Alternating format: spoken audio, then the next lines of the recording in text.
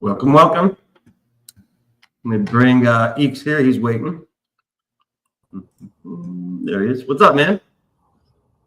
How are you? I'm good. Another Saturday night. Yeah. Here we are. It's what we do on Saturdays, right? I guess so, man. We're getting either we're getting old or times have changed. I think it's both.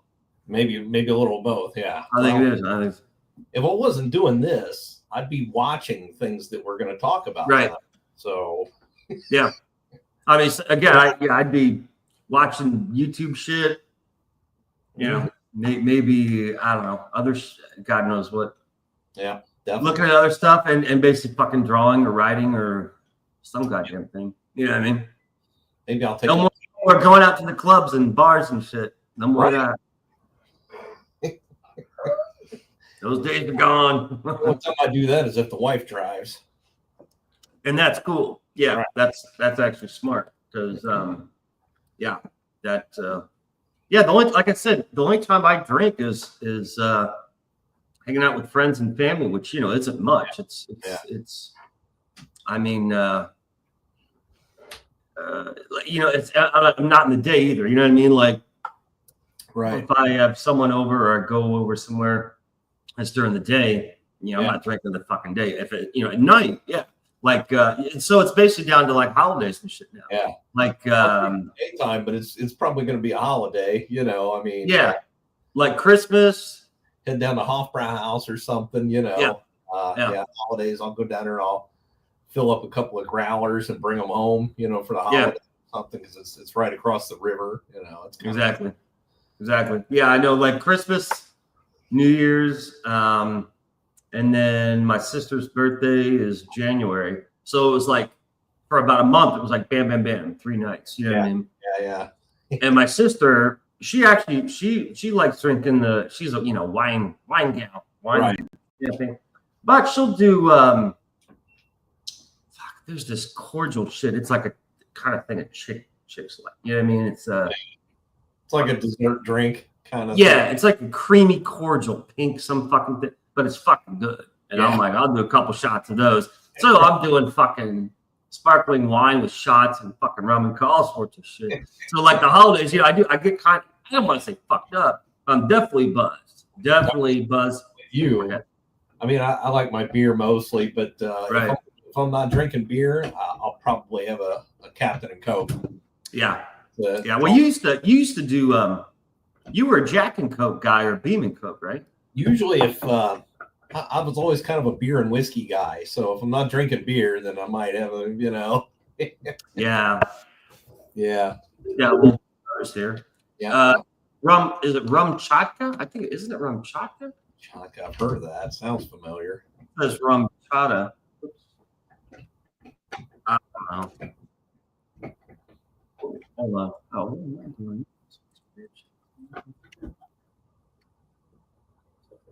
I don't know. I think he buys it. But so yeah, Christmas, New Year's, birthdays, drink, but that's it, And if I'm trying to think. All right, now again, when was that? Fuck, my brother and I. We were it was when the whole refrigerator deal with you. Oh yeah. When we were staying at that fucking resort. Right. We were comparing refrigerators. Sending pictures of refrigerators and kitchen appliances back and forth. I'm like, fuck, we are a bunch of boring old guys now, man. We're not sending pictures of hot chicks. We're sending pictures of fucking kitchen appliances. But we went out one night to, where the fuck did we go? Was it the Hard Rock? Some restaurant. Geek, where were we? Where'd we go? He's in chat, so say hey to my brother. Oh, okay. How you doing? I didn't see him. 3 people. I don't know who the fuck these people are. Welcome, whoever else is. What do they say? Ghosted. Where is he? Come on, man. Oh, there we go. Okay. Yeah, I see him. I don't know. Anyways, we were at some restaurant. We sat at the bar, and the bartender was cool as shit. He was really cool. I think it was the Hard Rock Cafe. I don't know, but we were doing drinks with him, and that's what any advice I give anyone: be cool with the bartender, and you'll get fucking. They'll pour heavy, free drinks, whatever the fuck it is. I mean, like, worked against me. My wife likes to drink strawberry daiquiris. Yeah. And I can't tell you how many times they've overdone it with her because she doesn't. Yeah. She didn't like all that in there, just a little fine. And I think when we were on our honeymoon down in Florida, the bartender did one of those, put the straw in the rum, cap her finger on the end of it, and then drop the straw in the drink. So she got like a shot of rum straight out of the straw. Oh yeah. Yeah. Mm-hmm. Yeah. The over I guess it was Christmas. Is that where we were? I guess it was Christmas we did that resort thing. Rum chaka, yeah. Yeah, well, no, that's my sister's drink. He said it was called the Captain's Quarters. Was this place we were at, this restaurant? Kind of like a cool place, yeah. Oh, well, dude, everything there's piratey. I fuck, anything piratey, I fucking love. You know what I mean? Yeah. And this area was that way because it was on the beach. It was where the fuck were we? Jesus Christ, I don't remember. I wish the hell my brother would answer. Anyways, this resort we were at, it was very seafaring and piratey. And so the other restaurant we went to was nicer. It was like definitely a tourist area, but it wasn't a franchise. You know what I mean? Yeah. And we stayed at the bar. Basically, we try to always stay at the fucking bar. It's like we don't like. Yeah, Myrtle Beach. That's where we were. Myrtle Beach. Jesus Christ, dude, that seems like forever ago, but it was only a couple months ago. So yeah, Myrtle Beach. And this other restaurant we were at, we sat at the bar, and dude, it was over Christmas, right? So it was two bartenders. I'm having a hard time hearing you right now. You having a hard time hearing me? Yeah. Yeah, I can hear you. Yeah, you're cutting out real bad. Uh-oh. Freezing up too. Really? Uh-oh. My internet. Let me see. I mean, it looks good on this end. Yeah. Yeah, you're still frozen. Really? Oh, shit.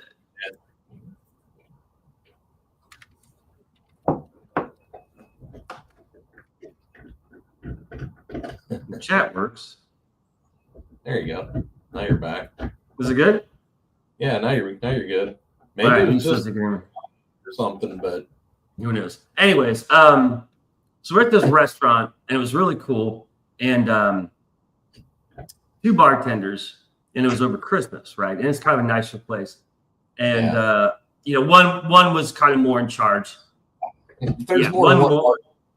Yeah. So one's kind of the head guy, and the other guy is kind of the second in command bartender.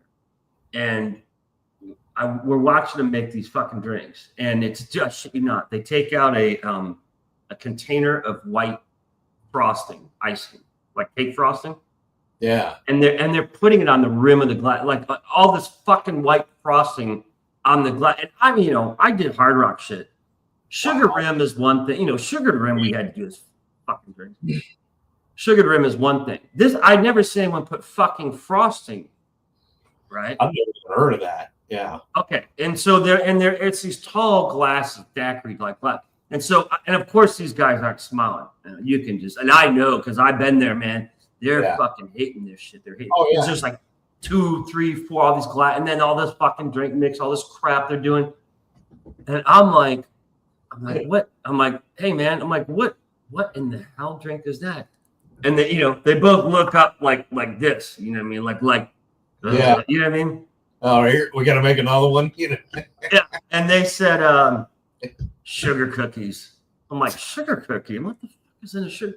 And they rattle off all this shit, 3, 4 different fucking things. They're like, it's a specialty drink. Our manager, is having us make it for Christmas. And, everyone loves it. And I'm like, man, they're hating this and stuff. Because I remember how that shit was, as soon as one goes out to a table, they're going to have to make like 3 more, And that was happening. I'll have another one. and that's how it works. And so, because other tables, oh, that looks good. What is that? Oh, I'll have one. And so then the next round they like 8 of them. It was like fucking. I mean, frosting, dude. I mean, dude, it was a pain. Yeah, and you could. And so after a while, a couple hours, we started to get to know him and shit. And so of course the dude he slides me a free one, like a sample. I'm like, dude, no. I said, I know they're a pain to make. He's like, it's cool. And they start doing that. They start giving me little samples for free now, because we're cool with them. And I once I got a little loosened up, had a few drinks, and they're getting tired of this shit. I was like, hey guys, I said, sugar cookies all around. I said, it's on me for the whole bar. And they're like, yeah, great. I mean, it was funny. Like they're all down on you. Dude, like their initial reaction was like, you fucker. You know what I mean? Like, you son of a, but it kicked in real quick and I was just fucking around. And then they're like, you know what I mean?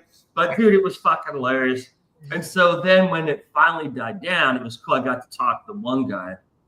And he said, how long you been here? And all this, where you from? And it was cool. But he said, yeah, dude, these suck. He's like, these drinks suck. We fucking hate making them. And we are cranking these out. And I'm just like, dude, I feel for it, man. Every big holiday that draws people into the bar, the manager's probably got some specialty, something like that every time, Yeah, exactly. So anyways, all right, man. So let's see. Okay, so supposedly at 10, Tyler's going to come and join us. Cool. Yeah. Which is cool. And then I also said, I'm not sure, but Christy said if she's free floating around, she may pop into it. That'd be but cool. I'm not holding my breath for her, but it'd be cool if she did join us. But anyway, so this was kind of your idea. This topic was kind of your idea. Yeah, kind of. Well, we had a little discussion. Yeah. With shy movies come up a lot when we talk anyway. But yeah, we had some in-depth stuff, and I thought maybe it'd be a good idea to talk about some of your influences, movies, since we know there's a lot of them. Right. And you're a movie guy, and so you're the perfect guy for this. Sure. Now, see, Tyler, I'm not sure. I don't know. I don't think Tyler is much of a movie guy. Yeah. I mean, he's not as much as us. Because first of all, he's not our age. He's right. a generation behind us. But it'll be interesting to see what input he has, because his book is basically dark fantasy. It's his book's called Omnivids. Okay. But it's Eastern. It's basically a manga novel. You know manga, right? Right. Okay. Well, everyone does manga comics. Well, he's doing a series of manga novels, like 10 of them. Wow. 10. I have the first one. He sent me the first one. Wow, that's a lot. Dude, I know. And he said he's going to release some this summer on Amazon. Yeah. Like, he's not doing crowdfunding shit. He's going straight to Amazon, which is cool, But so I'm like dying to promote him, because I'm reading the first book. I'm not done with it, but what I read is cool. And I'm like, I want to promote him. I want to promote him, but I can't fucking promote him yet because they're not on the market. When the time finally comes, I'll go nuts, But anyway, so his is like basically, dark fantasy manga, which is, for us, it would be considered like D&D terminology, like the Oriental Adventures. Remember that? Okay. Yeah. Ninjas, samurais, all that. Sure. So it'll be interesting to see what movies, or if it's even movies, maybe it's books. I don't fucking know. I'm what inspired him, but for us, it's a movie thing. Sure. And that's why, again, I don't consider myself a comic book guy, because my background isn't comic books. I basically, the Hulk and Batman are what I thought was cool. Yeah. But I have a big collection of Incredible Hulks from a kid. Like, I was like 6 fucking years old. You know what I mean? Yeah. But I never collected like superhero comics. Yeah. Like all the Star Wars shit, I had tons of Star Wars. You know what I mean? We just bought the trading cards when we were kids. Right. Dime we had, man, and we went past especially if we were in Florida, there were 7-Elevens, and we'd go to the beach every day, and on the way home, 7-Eleven, man, and everything you could, Exactly. So, anyways, even though I'm like kind of in the indie comic space, hello, Chang. Who's Chang? How you doing, Chang? Too bad his name's not Wang. Oh, we'd be like spouting lines at him all night. Hey, we talked about that the other night too, actually. Oh, Wang, I hate to do this to you, buddy, but Your characters. Oh, we'd be.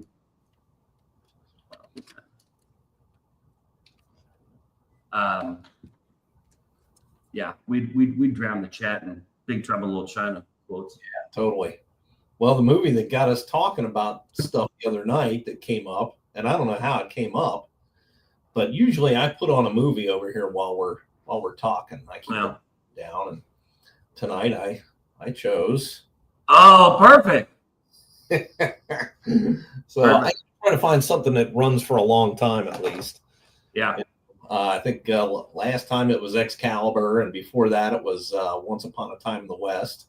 That's cool. So, yeah. That's you just can't go wrong with that one, though. I mean, no. Well, that's fun, and actually, you know what?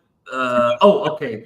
You drew some off of that movie. You know, you pulled some influence. That movie definitely influenced you. So yeah. And that's the second thing I'll get to. But the first thing I get to, I gotta forget. I suck at fucking promoting myself, dude.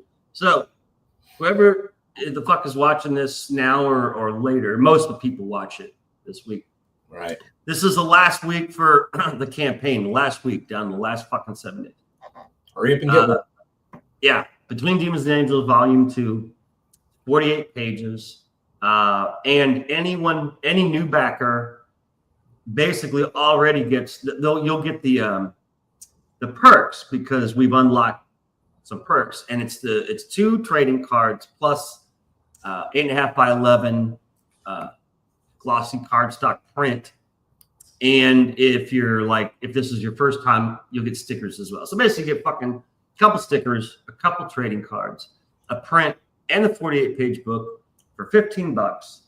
And that's it.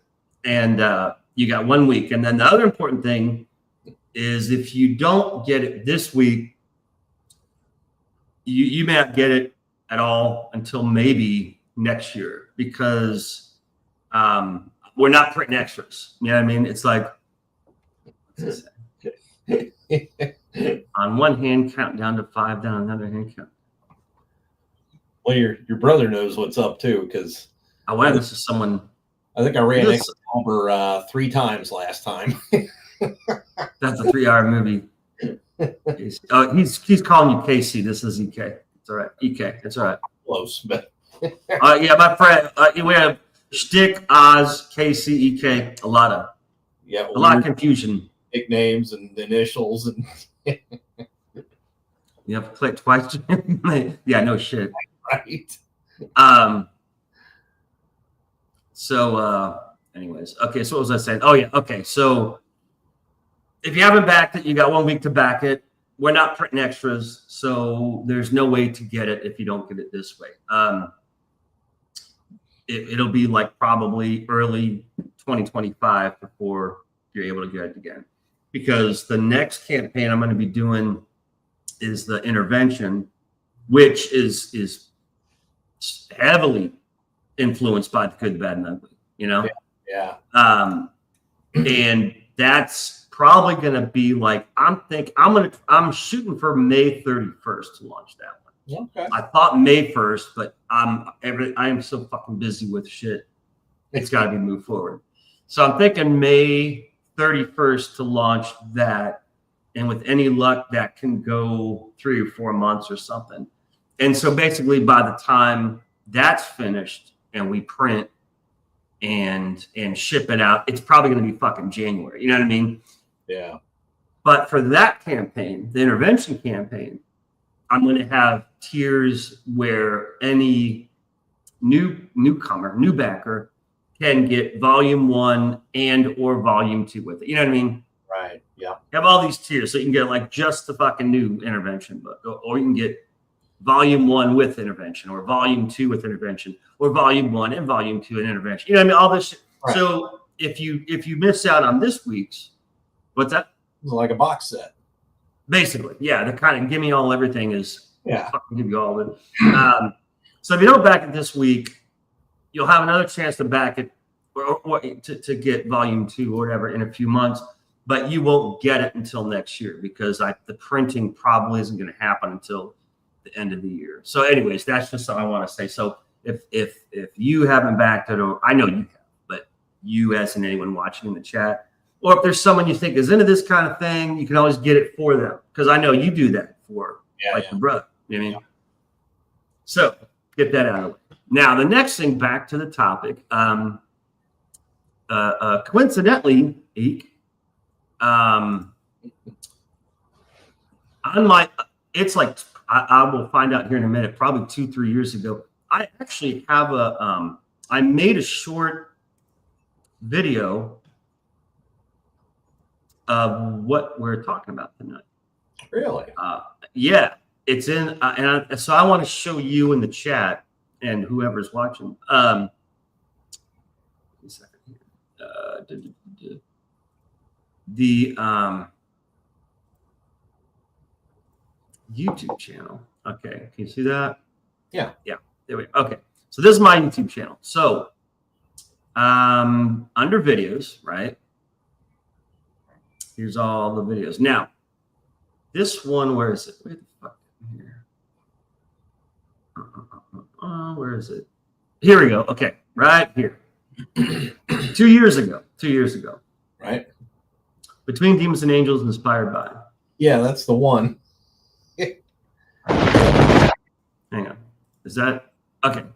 So what I thought is we could watch that real quick. This is like a basic one because I think it's really short. Yeah. Oh wow, a minute 20 seconds. Yeah, this was back in the early video days where I was doing real short videos and I didn't know what the hell I was doing. But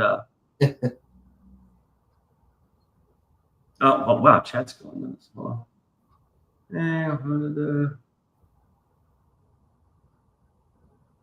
Hold on, what's he saying? Hold on. Oh, nothing. No, okay, we're cool.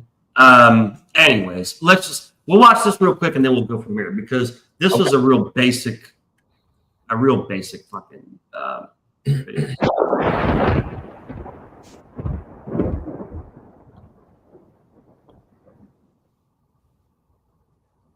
The idea for Between Demons and Angels came to me back in 2005. I remember thinking, what's the dark side of medieval fantasy?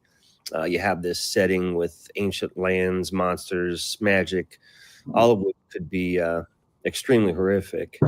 So some of the films that inspired my work were Conan the Barbarian, which portrays the barbaric side of the genre, and Excalibur, which portrays the more civilized age. The horror aspects of this dark fantasy setting were inspired by The Exorcist, one of the best samples of truly disturbing horror, in my opinion, and Hellraiser for its gruesome depiction of demons and its hellish settings. And then lastly, classic Westerns inspired certain aspects of the story. Desert landscapes, lone riders, hints of thieving heists and outlaws are all part of Between Demons and Angels. There we go. So yeah, as you can see, I kind of touched on that 2+ years ago in a really quick video. And again, like you said, Conan 2+ years ago in a really quick video. And again, like, sorry. I think I'm having trouble at my end. I might have. No, that was an echo. I had the YouTube channel up. Anyways, this should be good now. Are you hearing me? Are you cool?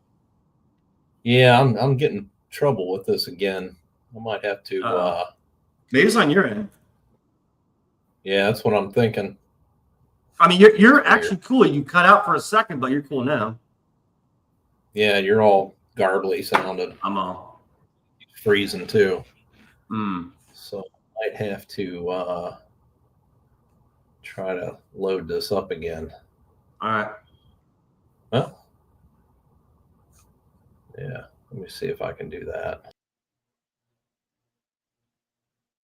Short break for Eek. Okay, so I'm going to go ahead and talk. So anyways, as you can see from that video, oh, and that's the other thing, by the way, is as you can see from the YouTube channel, I made a lot of short videos the last 2-3 years.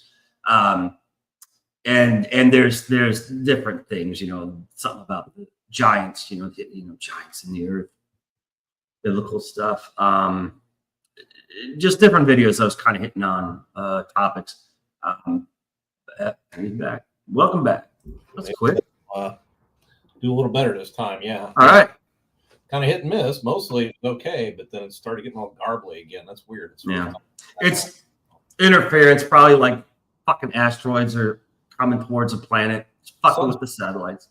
Yes, sunspots, right? Yeah, I'm sure it's something. But so anyways, all right. So obviously Conan the Barbarian, as you know, and Excalibur. Yep. And we talked about this because when we were younger, like when this story and all this, we played D&D and all this shit, this is pre-internet. And the fantasy films back then sucked shit, I mean, the two best was Conan and Excalibur. That was it. They were both rated R. That's another thing, rated R. A lot of nudity. Well, not a lot, but there was nudity, sexual content, Point a lot is, of blood. Past your parents' bedtime to watch them. Right. Then there were these other like lame ones, which were funny, which actually now aren't that bad. I think we're just nostalgic, like Beastmaster. Yeah. Crawl. What else? There was a bunch of them. Yeah. But basically, the only good two fantasy films was Excalibur and Conan the Barbarian. Yeah. And that was it. That was it. So those two I know we got into and I got into, and that heavily influences. And the cool thing about Conan and Excalibur, they're complete opposite ends of the spectrum. You know what I'm saying? Yeah. Yeah. Conan the Barbarian, as in really barbaric. Sad, yeah. I forget how barbaric, but I mean, you're talking like, wearing furs from skinned wolves kind of thing. Right. You know what I mean? And the other interesting thing that I studied about was, Conan is a Sumerian. Right. And Subutai is Arcadian, right? Yeah. In our history, that is supposedly the first two civilizations to become civilized, like with language and everything. They go way back, yeah. Yeah, Akkadian and Sumeria are kind of the first civilizations of our fucking history. Richard just brought up Dragon Slayer, which was what I'm going to talk to you about tonight, because that movie, when you look back in the 80s, that was pretty good, honestly. The effects and stuff for back then, not too bad, Dude, that's a really good example. For some reason, I didn't get into it much. I know I've seen it. I remember when it came out, because when it came out, it was state of the art. Yeah. Because the dragon was the mechanical dragon was so good and so realistic. The critics were blown away. They're like, "Oh my god!" It's like the old stop motion stuff that, yeah. For the close-up shots was the actual dragon and neck, But then they did the stop motion stuff for flying stuff. But it was which were really good for the time, actually. But that's a cool fucking movie because it's dark. I think I didn't like it. It's almost too depressing. It's kind of ugly, like if you look at the damn dragon, though. Yeah, I know. But if you watch it, good, the characters, like everything's drab and just ugly. Like the armor doesn't look cool. The outfits don't look cool. It's almost more historically accurate. You know what I mean? Yeah. And that's what's cool, because obviously I think that was their intent, was to make it historically accurate and to say, maybe dragons were in our history and this is how they disappeared, kind of, which is cool. It works. But I just from a artistic point of view, I didn't get into that as much compared to Conan and Excalibur, because the fucking armor and outfits in Conan and Excalibur are so much better looking. And they're still pretty accurate, but you can tell they just a little bit. Where each movie spent their budget on, Right, exactly. So Dragon Slayer, yes, but no, Dragon Slayer is a good one. Highly recommended. And the other thing, I don't know if people realize, in Dragon Slayer is Emperor Palpatine is in it. Ian. Oh my gosh. What's his name? Ian. What's his name? Yeah, I know his name. I just saw him on something the other day talking about that role. He's the priest in Dragon Slayer. God, I haven't seen that in a while, man. I need to go watch that again. You need to watch it again because he's got like a big head of curly hair. He's got like this afro. Wow. But he's a priest. Well, I liked him in Sleepy Hollow. He was in that. Yeah. He was a more cowardly character, but but is it McDermott? Ian McDermott? Yeah. No, I don't know. Anyways, fucking Emperor from the Star Wars trilogy is in Dragon Slayer. So that's a good one. Yeah, good point, Geek. So Conan Excalibur, a little bit Dragon Slayer. But then, movie-wise, Westerns big time. Like you said, Good, the Bad, and the Ugly. For me, one is Unforgiven. Big time. It is Ian McDermott. Ian McDermott. Okay. See, I still got my old school Star Wars. Yeah, I thought it was. Yeah. So, anyways, Dragon Slayer. Recommend it. Watch it sometime if you haven't seen it. Yeah. Weird spelling. Hold on. Let me catch up here. Something, I don't know. Do you like that one? 1981. Yeah. Ian McDermott. Yeah. Unforgiven, I think, is fucking great. And anyone's YouTube, every time I see that not the end scene, but the tavern scene, I gotta click on it, man. Yeah. I mean, it is so well done. Yeah. The point of view when he comes in the place with the shotgun. Just everybody's reactions were perfect. Perfect. And the guy that played the journalist, he was good. I mean, he was scared as hell, Right. That whole scene is just fantastic, and I have to watch it every time I find it on. I just run across it on YouTube. Yeah. It's one of the best action endings, realistically, of a Western in a lot of movies, because again, it's realistic. And dude, I fucking freeze frame that so many times to see the choreography. Like, how did this happen? Right. It was this quick. And it's also kind of dark, it's kind of dark. Right. And it's kind of hard to see, but it's fucking awesome because, he blows Skinny away, the tavern owner, obviously. Yeah. One barrel left, misfire. Fire. And then what he does, I stole it, and it's in volume 2. Well, actually, no, I don't think it is. Close, but I'm definitely going to use it. But so his gun misfires. So what does he do? He uses it as a weapon of distraction. He throws it at him as the sheriff is pulling. So that Little Bill's right. So that delays his draw. Then Clint gets down on one fucking knee. He drops to a knee and starts shooting. Now think about that. Yeah. He has reduced his target to half. Profiles cut down to And at that point, everyone's all fucked up because they didn't expect this. Right. So everyone's thrown off. All the other deputies and shit are thrown off. So he just starts get their gun out. Yeah, they're like, So he's just nailing them one after another. Bill talked about earlier in the movie about how the guy got in such a hurry he shot himself in the foot or whatever. Yeah. He shot his own damn toe off. But again, awesome because he just takes them all out. But the way he does it is realistic. And again, that getting down on one knee, and he's by the bar too. Right. He's like in the corner. So he's like in the corner. It's kind of dark. He's on one knee. So now he's half him being a target's half the size, which is fucking awesome. And the distraction and everything, and he fucks them all up, and that's cool. But that movie overall is awesome because it's the retired old, sodded fucking gun guys, and it had some of the best dialogue.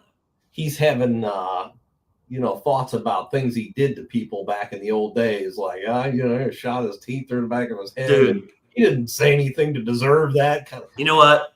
And yeah, but here at the end, he's pushed into, I'm gonna kill some people. Yeah, I'm gonna see if we can play a clip. I'm gonna see if we can. The problem about watching these on YouTube is I could get a copyright strike or some fucking thing. Yeah. But I think if you like pause it every minute or something, if it's a long clip, I think if you pause it, it prevents you from getting struck. But let's see, because there's the ending, of course, that's all over the place. Yeah. But some of the best dialogue is that one campfire scene, which you're talking about, where right. Yeah. He's talking about the past. I love that shit, dude. Yeah. I fucking love it. Yeah, dude, there's a hold on, I'll just share the screen now.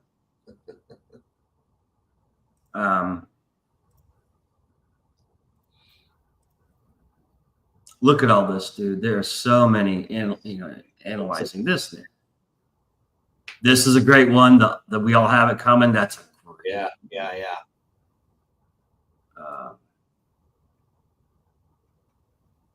I'll put in campfire. Let me see if I can find it. Because I think some of the best fucking dialogue. Let's see, campfire is in this movie.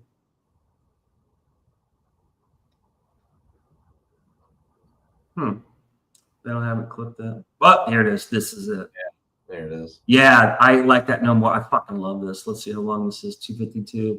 All right, let me see if. Oh Christ! Here we go. Shut the fuck up. Watch a commercial. Is she? You riding off with me, Sally? You gave me the evil eye. Well, Sally's engine and. Engines ain't over friendly, Will.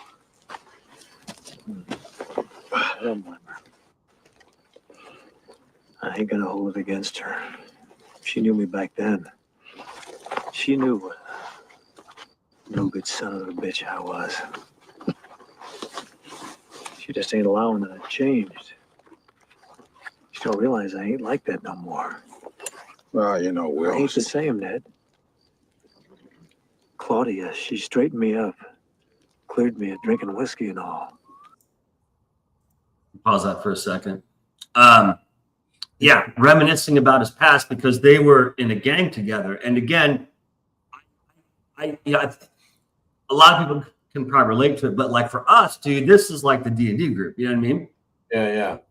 It's like, so there's only a couple of us left. The others are gone. They're not around much.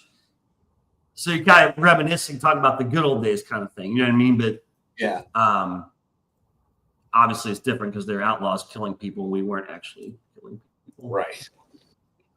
Just because we're going on this killing, that don't mean I'm going to go back to being the way I was. I just need the money. Get a new start for them youngsters. Yeah.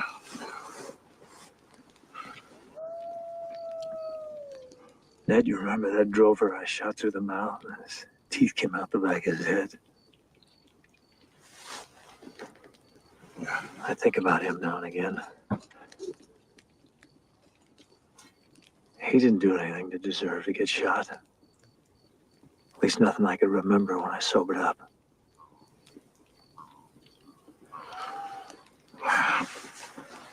He was one crazy son of a bitch, Will. Yeah, no one liked me. My boys all thought I was gonna shoot him out of pure meanness. Wow. You ain't like that no more. Sorry, we'll pause this. Yeah. This is and that shot of him is cool. I remember there was a black and white photo of this on the cover of I think Rolling Stone magazine. Really? When this movie came out, it's his silhouette lit like this, like a fire, but it was black and white. Okay. All you gotta do is Google it and you'll see it. But a great picture of him because they were describing, it's like this this old, Western outlaw killer, and you can see in his eyes as he's staring into the fire, he's thinking of his past and now like the guilt and shit that he has from everyone he killed. It was a neat article and cover. I'll have to get that. Eagle, he hated my guts. Bonaparte didn't think too much of me either. Quincy neither, I reckon. No. Quincy used to just watch all the time. Scared. Well, like I said, I ain't like that no more. That's right. I'm just a fella now. I ain't no different than anyone else. No more.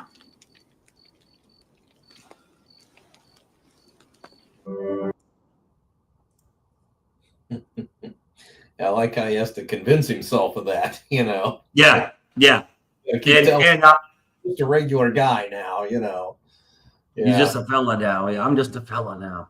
He did go back to the model there before he went to Greeley's Tavern. Well, So- and that's the beauty of the movie. Remember, this got 5 Academy Awards, man. Oh yeah, Remember that? More It than got one 5. year, I know that. Yeah, It basically won all the major ones that year because I was back then. I was really into the Academy Awards and shit before it went all fucking weird and woke and shit. But I remember that year it was 92, I think. and I believe they re-released it at the end of the year. I think so. Yeah. Yeah. So if you hadn't seen it, you could catch it. They used to do that a lot. Yeah. But I know it got best film. I think best director. He got best director, and then 3 other like big ones. You know what I mean? Right. So it was cool because it kind of owned that fucking year of the Academy Awards, which was cool. Deservedly so, honestly. I don't remember what else came out that year, but Yeah. tough to beat, Yeah, but it was a good one, and it's so cool because the whole movie he's basically fighting himself not to stay good in it. Because he mentioned this before, his wife cured him of drinking, cured him of this, and so he's paying for the sins of his youth, and all this stuff. And in the whole movie, he's fighting it. Yeah. But then at the end, when the shit happens, it's just like click. Yeah. What it is what's that? Time to go to work, right? Yeah. It's when he grabs the bottle from the kid and starts drinking it. I remember the audience started laughing. Yeah, right. They're like, here we go. Because he hasn't drank the whole fucking movie. He refuses it. But yeah, once he finds out his buddy Ned's dead, he just goes back to how he was. Yeah. And he ends up being the same fucking guy you heard about through the whole movie. You know?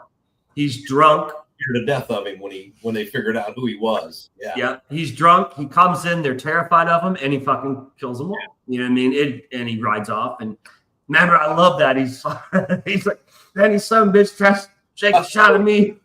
Not only am I going to kill him, but I'm going to kill his wife and all his friends and burn his damn house. You know what I mean? I love that because it's like equivalent of the Grim Reaper walking into the tavern. That's what I always thought of it as. Like, death just showed up. Like he just walked in the door. Yeah. Yeah. So there's you've seen High Plains Drifter. Yeah. I love that, and he kind of did that. It's kind of the same part that he did in 2 movies. What was the other one? Where he was up there with the miners and he played like a priest. Pale Rider. Pale Rider. It's that was a good one. Same kind of character where he's, Angel of Death. Pale Rider was really cool. In fact, I need to watch that again because he's a preacher. Yeah. And in fact, Intervention that I'm working on, the character himself is like literally a combination of, Blondie from The Good, the Bad, and the Ugly, and the preacher from Pale Rider. You know what I mean? Yeah. And I haven't seen Pale Rider enough, but I need to watch that and see if I can find a little quirks or little somethings to maybe throw in the book. But that's watch High Plains Drifter again, because I mean, he comes in and takes over the entire town. Yeah. I mean, everything. He takes everything from everybody, man, except for the little guy. Paint the whole town red and everything. Red. And you remember the guy going, well, it'll look like hell. And he's like, yeah. That was the weird one that I saw, where he basically turns the Western town into hell. You know what I mean? And if you remember, the preacher in that movie was the tavern owner in The Unforgiven. And I'll never forget him when the bad guys are coming in and he's riding out the other side of town, and that guy looking out the door and kind of shutting the door, you know, he rides away, you know. Yeah. And that is a good list of movies that year. Last of the Mohicans. That's one that that influenced the D&D shit. That's for sure. Yeah, totally. Yeah. I can't say that's influencing the stuff we do now. You.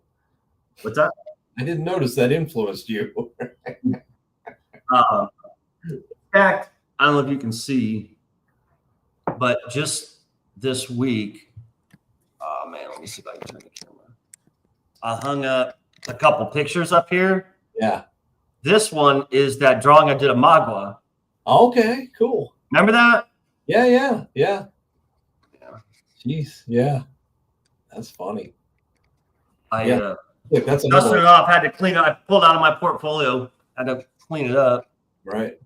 But I was like, that's kind of fucking cool. That was back in the day. That's pre-digital. It was pushing up on 3 hours on that movie too. I think it was at least 2.5 hours. Yeah. Almost. Yeah.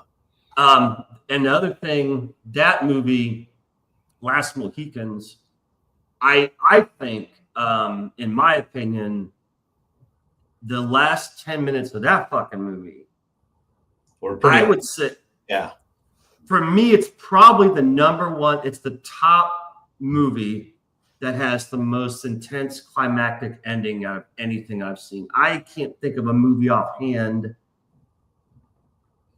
Like Unforgiven's kind of up there, but it actually is quick. That shootout is like quick, you know? Yeah. And there's... Yeah, it was like a 2 or 3 minute scene. Yeah. I mean, with the dialogue after that with the journalist, maybe pushes it up to 5 minutes. But from the moment he enters, where you see the wet shotgun from the rain. Yeah. And until like the final shot, it's only like, it seems like 2-3 minutes. It's not that long. It's short, which is realistic, which is cool as shit. Yeah. Where Last of the Mohicans, the shit starts when the old tribal guy basically says okay, and then they all are taken. You know, one dude's taken to get burned at the stake, and he's let go with her, and then everyone. That's like 10 minutes long, straight. Yeah, and it just for a little while. Yeah, it builds. You know, like this. It just this character, just one after another until the final ending, and that soundtrack's fucking perfect. Yeah, the last song with it and kind of ramping up as it went. Yeah. Big time. So again, anyone watching this, if you haven't seen Last of the Mohicans, 1992, strongly advise it. Yeah. Big time. Really? It's long. I think it's damn near 3 hours. Yeah. It's at least 2.5. Yeah. Yeah. But again, from what I know of history, pretty fucking accurate, historically accurate, right? Yeah, seemed like it. Yeah. Yeah. It's like everything from the costumes to everything. They spent a lot of money on that stuff. Yeah. It's a really good, accurate portrayal of that era in history. But an hour and 52 minutes. So it was actually short of 2 hours. Not too bad. Yeah. Seemed like it was longer than that. Yeah. Yeah. But great movie. And anyone who's seen it, I love reading the comments in YouTube, like under scenes and shit. Yeah. Hundreds and hundreds of comments of people just reminiscing, best fucking ending I've ever seen in my life, and blah, blah, blah. It still is, and it still gives me chills, and blah, blah, blah, blah, blah. It's true. It's like that fucking ending is crazy. I don't know of a movie that has a more climactic ending, epic ending than that. Right. That's a crazy one. Except for maybe Little Miss Sunshine. No, that's a good one. That's a great I love that ending, man. I love that ending. That's a happened. I mean, I couldn't believe it. You know, yeah. boy, that was. Yeah, if you can make it through the end on that one, it's well worth the payoff at the end. That's a good one. Yeah. Oh, there it is. Yeah. All right, so this is Tyler, by the way. Okay. How you doing, Tyler? He'll pop in here. Tyler, give me like 5 minutes, and I'll bring in. So, did you have any maybe science fiction stuff that influenced what you're doing now? There was this one trilogy. Fuck, what was that called? What's that trilogy? There was some trilogy. This you probably haven't heard of it. Some little known trilogy back in the 70s. Had a little bit of inspiration. Right. A little.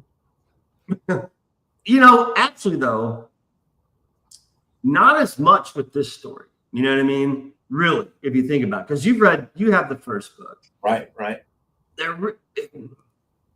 I think subconsciously I'm trying to stay away from it, and it just, I don't know, man. It's Star Wars is PG, you know. Yeah. Mine is heavy R and Right. worse. You know what I mean? If it had gotten anything higher than that, it would have been for violence, but that's why Right. all wore white armor and you didn't have to see any blood and guts kind of thing. Right. Yeah, Obi-Wan getting killed gets gone, just disappear. Yeah. You know. Right. So when it comes to Star Wars influencing this particular story I'm working on, not really, unless you just want to have the very broad umbrella of, you know, good versus evil. Well, okay, fucking what movie isn't about good versus evil? You know what I mean? Those movies were well, especially the first one that just been nothing like that. You look at sci-fi leading up to that, and it's right. It's kind of lame, you know. I mean, Right. It changed how movies were made after that. So, right. Although, you know what, there is a character, one of the demons. I'll show you. Fuck. How am I going to do this? Hang on. I'm going to open up Photoshop. I should. I didn't think I was going to go into Photoshop during this stream. Yeah. But I have to apparently now. Hang on a second. But I mean, you know, if you look at Star Wars, I remember somebody talking about this saying, well, you've got a wizard, a pirate, a princess, and the young hero kind of thing. And that stuff it's a little along the lines of, some of your stuff now. Yeah. There's a good and a sorcerer, you got a good one and a bad one. In that aspect, you're right. In that aspect of a mismatched group of heroes. Yeah, I'd say so. We're getting there because the angels are more militant, I would say. Yeah. I mean, they're all good. Like, again, D&D wise, they're lawful good. You know what I mean? Not many in the Star Wars gang, I would say, is lawful good. You know what I mean? Yeah. Yeah, not even Luke, yeah. Yeah. Can't even say that Ben is. I mean, because truths and right. Certain point of view, Exactly right. I'm trying to think. Let me think here, because see, again, the stuff in my story, it's very heavy and adult. You're dealing with demons and demonic shit and killing and fucked up shit. You know what I mean? And angels are very the complete opposite. They're good and light and bright and polite, and you know what I mean? It's like, and then now the in between them, the human group might be more like that. But again, I could see a connection between, say the demons and the humans, where dark side in Star Wars is influencing a lot of stuff behind the scenes. Yeah. That's a good point. So in that aspect, hold on. Hobbit Lord of the Rings self-inspired. Yeah. Right. Yeah. We'll get to that in a minute. when it comes to the Star Wars, though, yeah, the light side of the Force, the dark side of the Force. Yeah, I could see that kind of, because again, it's that temptation, quick and easy path leads to that. So that I would say is subtly there, but I don't think I was thinking of that, because for me, again, it's harsher. It's just more fucking evil, more fucked up. You know what I mean? Right. And again, I think it's the rating thing. What I'm doing is just so adult oriented and darker, where Star Wars is not. You know, the darkest film out of Star Wars was like the end of Revenge of the Sith. You know, the only one that didn't get a PG rating. Yeah, got a PG. So, and there was some dark tones in there. You know, yeah.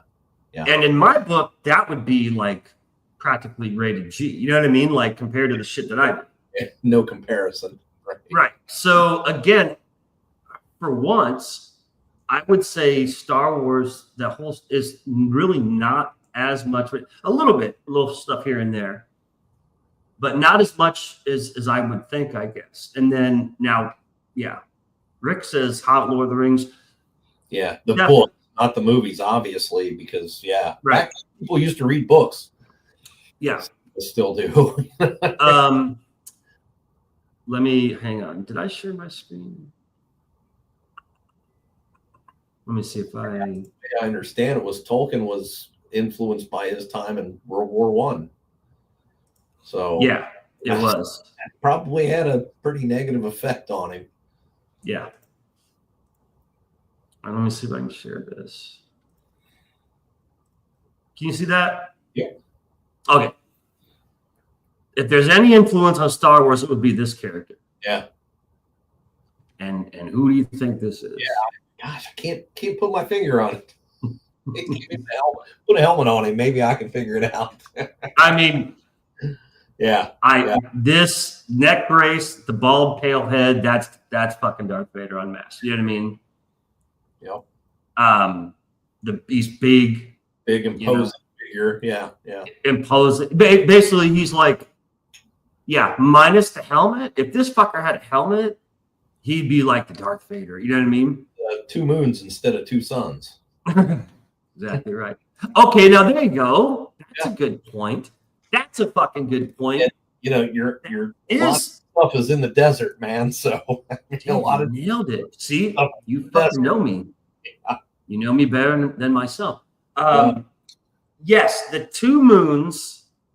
That is a direct Star Wars influence, because I fucking love Tatooine. Always have. I love the idea of 2 suns. I love the idea of anything in the sky besides our little moon. Like right now, Mercury, that planet, is the bright.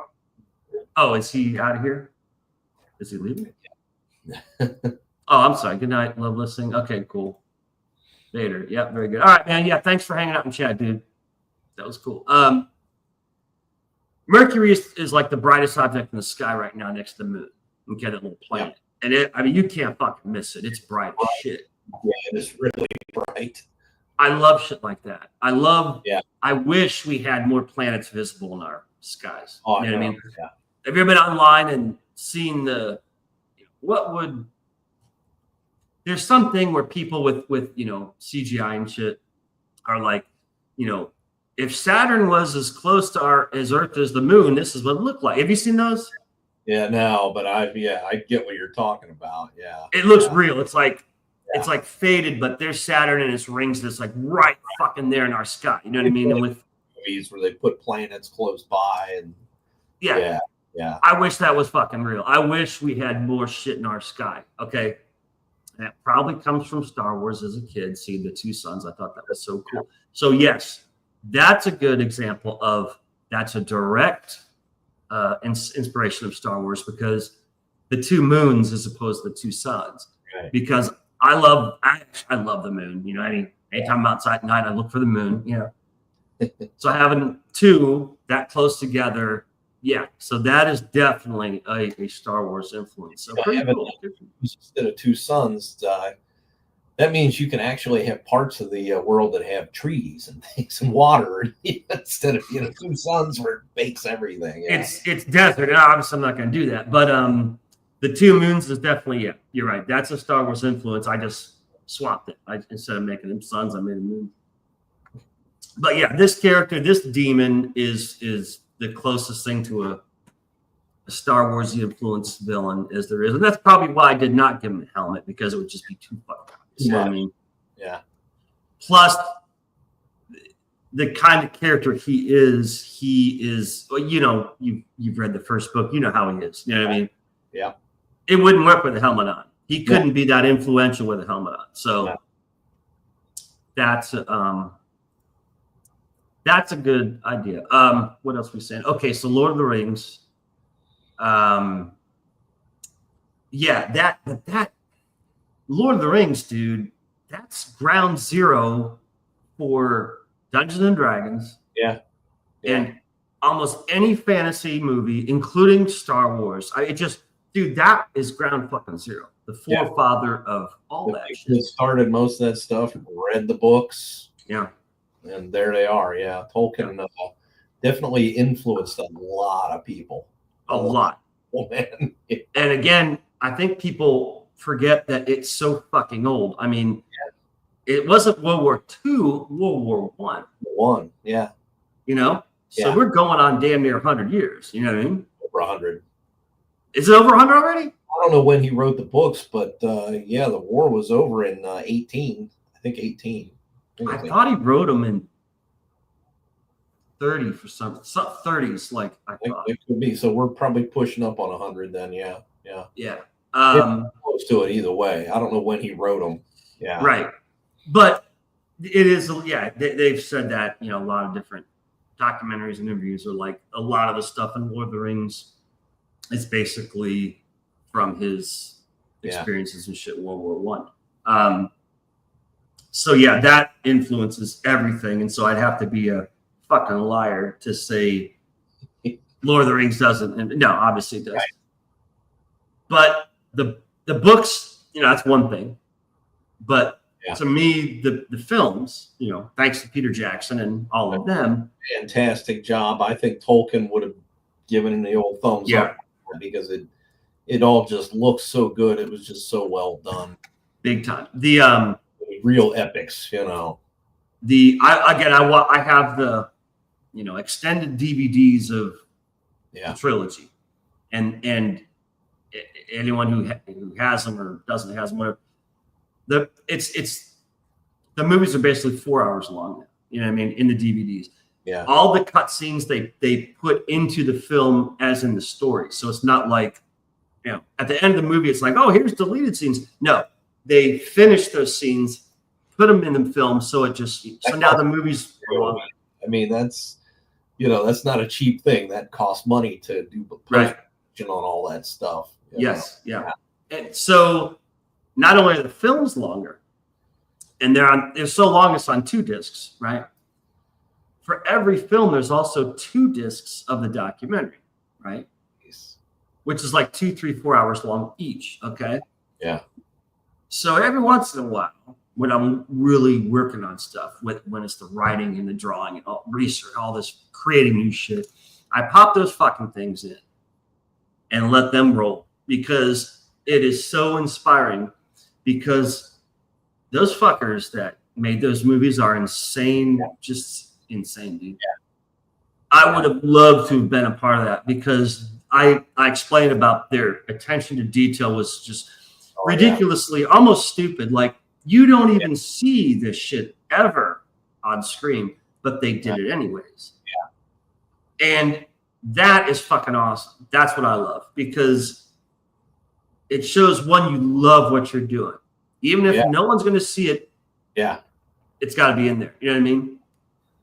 But I love the DVDs. I love are the art, the development. Yeah. Where the artists are creating the dwarves and the dwarven architecture, and the elves and the elven architecture, and how they're complete opposite. And it's the dwarves are very angled, very rigid, squares, rectangles, octagons. and it's everywhere. It's in the armor, in the weapons, and everything is that. And then the elves. Oh, is this how we got? Yeah, look who it is. That's cool. All right, I'm gonna have to bring. Let me get Tyler in here. Tyler in here. We'll get Tyler, and then if Kitty wants to come in, we'll get her in too. So, all right, Tyler, y'all set, man? Let me how do I do this? I copy this and I post it in the chat. Right.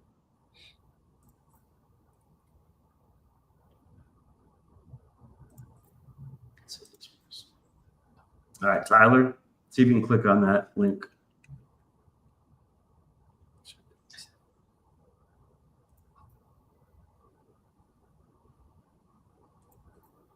So, Kurt, I don't know if I think I told you this. You know, I've named all my dogs after movie characters. More or less. I had a Rexor. Right, Conan. I had an Elwood. Okay. My favorite movie, Blues Brothers. Right. It was Zero, which you ever seen The Nightmare Before Christmas? Yeah. Jack's dog was named Zero. That's right. That's right. And then this goofball over here, the Judge, I named after Judge Smales from Caddyshack. Now that's the one I don't know that well because I think I saw Caddyshack like once or twice. That's where you and I diverge a little bit on. Yeah. Movies. I love the comedies, and you're comedies. You're a comedy guy. The other stuff too, but yeah, I love the comedies, man. I don't know. I don't see anyone. I wonder if that link worked.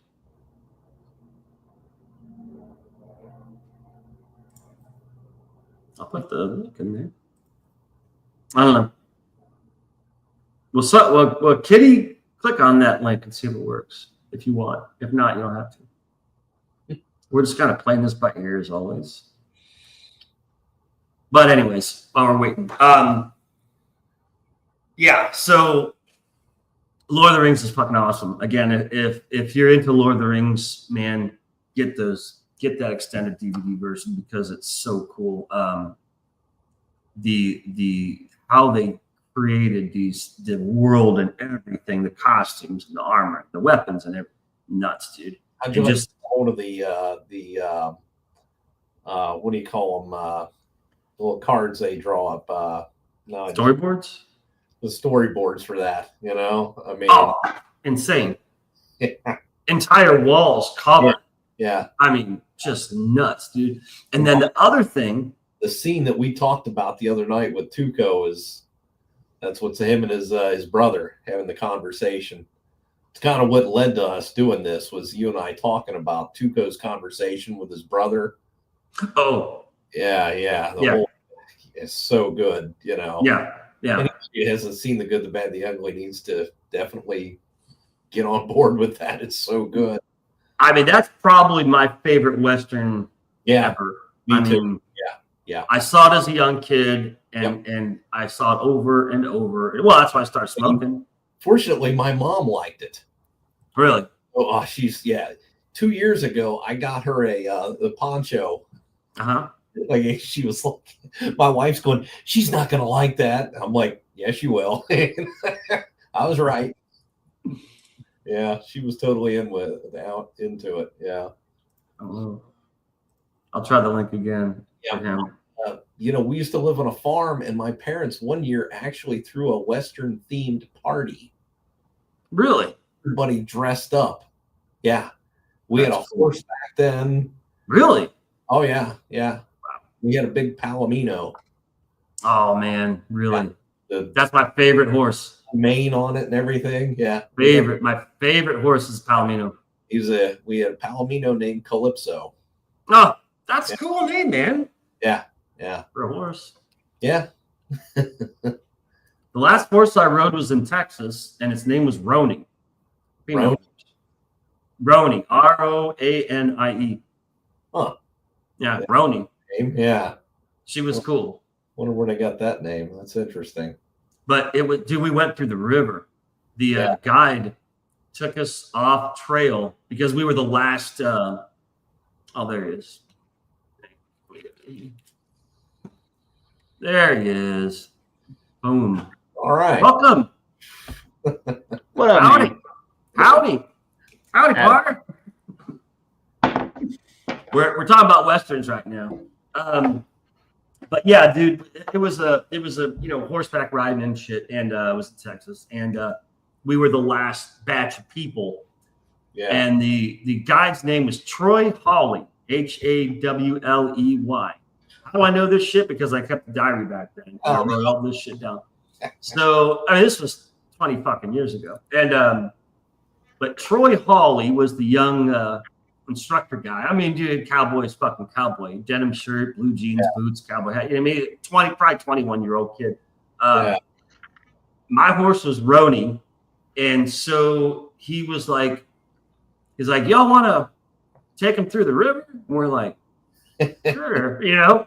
Why not? He's like, we'll go off trail here. He's like, you're the last one. He's like, let's have a little bit of fun. You know, we were like, fuck yeah, that's cool. Yeah. So yeah, we went down to it wasn't a river. It was like a creek, stream, creek, whatever. But it was, the water probably went not up to the horse's middle joint, whatever that is. It's probably a fucking foot or two deep. Yeah. It was deep enough. And he's like, I forget what he said, but basically the horses went bolting through the water. And dude, it was like a fucking beer commercial, the fucking water, boom, everywhere. And you're holding on for dear life and all this shit. Dude, it was so fucking cool. But I was just like, this kid's fucking cool because that was fun. It's like, trotting along a trail. Okay, this is, then we went down the creek. But he just told you guys that you're the last guys, Yeah. But that was really cool. I was like, so this is what it's like to ride a horse through the fucking, stream. Yeah. Like you see in the movies. It was so fucking cool, man. Yeah. And you do get saddle sore, man. Oh yeah. Yeah. Your ass, the inside, for me, it was inside, like where the bone. Oh my God, dude. If you got a fat ass, you'd be better off. But I don't. I got like a little tight, skinny ass. So I was hurting. I couldn't believe how sore you get because you are bouncing over and over and over against that hard leather. Last time my brother went, his thighs got chapped. Yeah. Ooh, really? Yeah. Damn. He was not happy when he got home. That didn't happen to me, thank God. But I just remember I did get my ass sore. Yeah.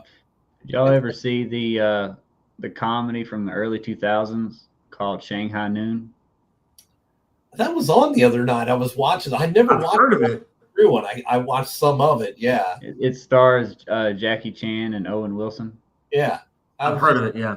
Yeah. I caught. Well, in the film, Jackie Chan's character, he's like an imperial guard from China, and he's supposed to be escorting a treasure chest, a box of gold, across the western portion of America.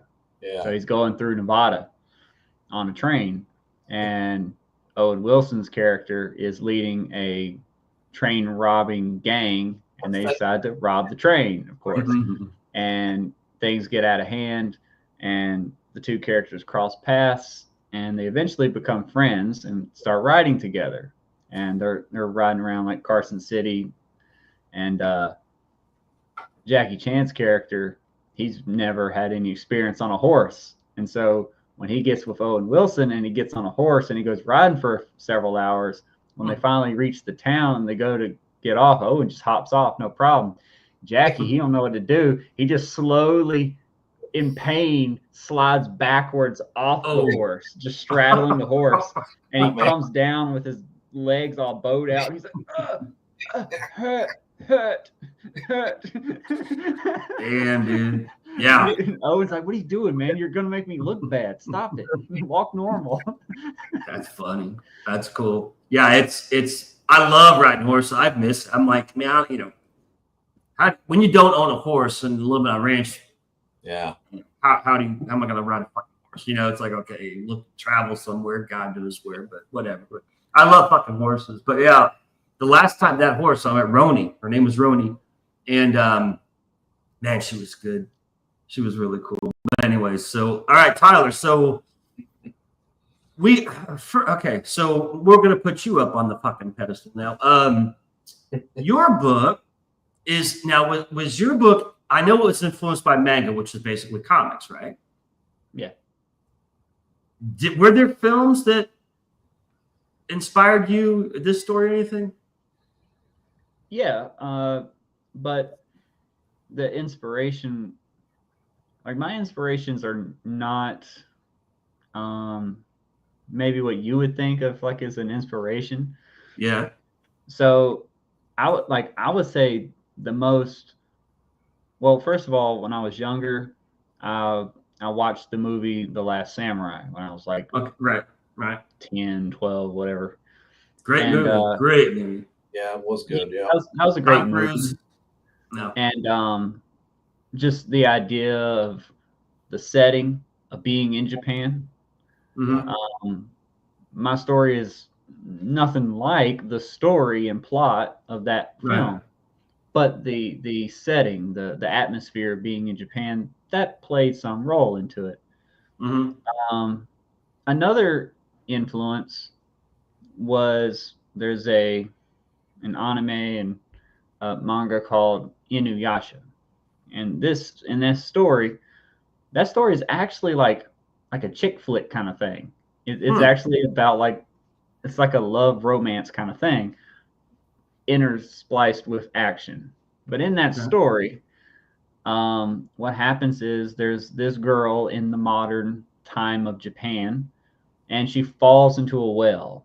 And when she falls into the well, it's a magical well, and it transports her back in time to like the Cool. 1500s.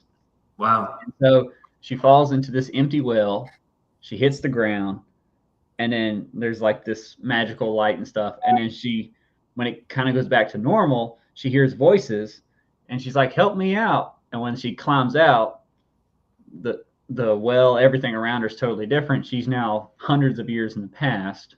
Wow. And in that, when she's not just transported into the past, but it's a magical past. And so it's this interesting thing where it's not just, hundreds of years ago there were samurai and stuff. Right. There's Japanese mythology with these monsters and these demons. Right. And these, in our modern era, we just look back at those drawings, those paintings, and they're like, oh, those are wild fantasy stories. That's neat. Right. But in this story, Inuyasha, that creator thought, what if those were real depictions of monsters that used to exist? Right. And so when this girl falls in the well and goes back in time, she's not just in the era of samurai and swords and armor, but there's these monsters, these demons all running around.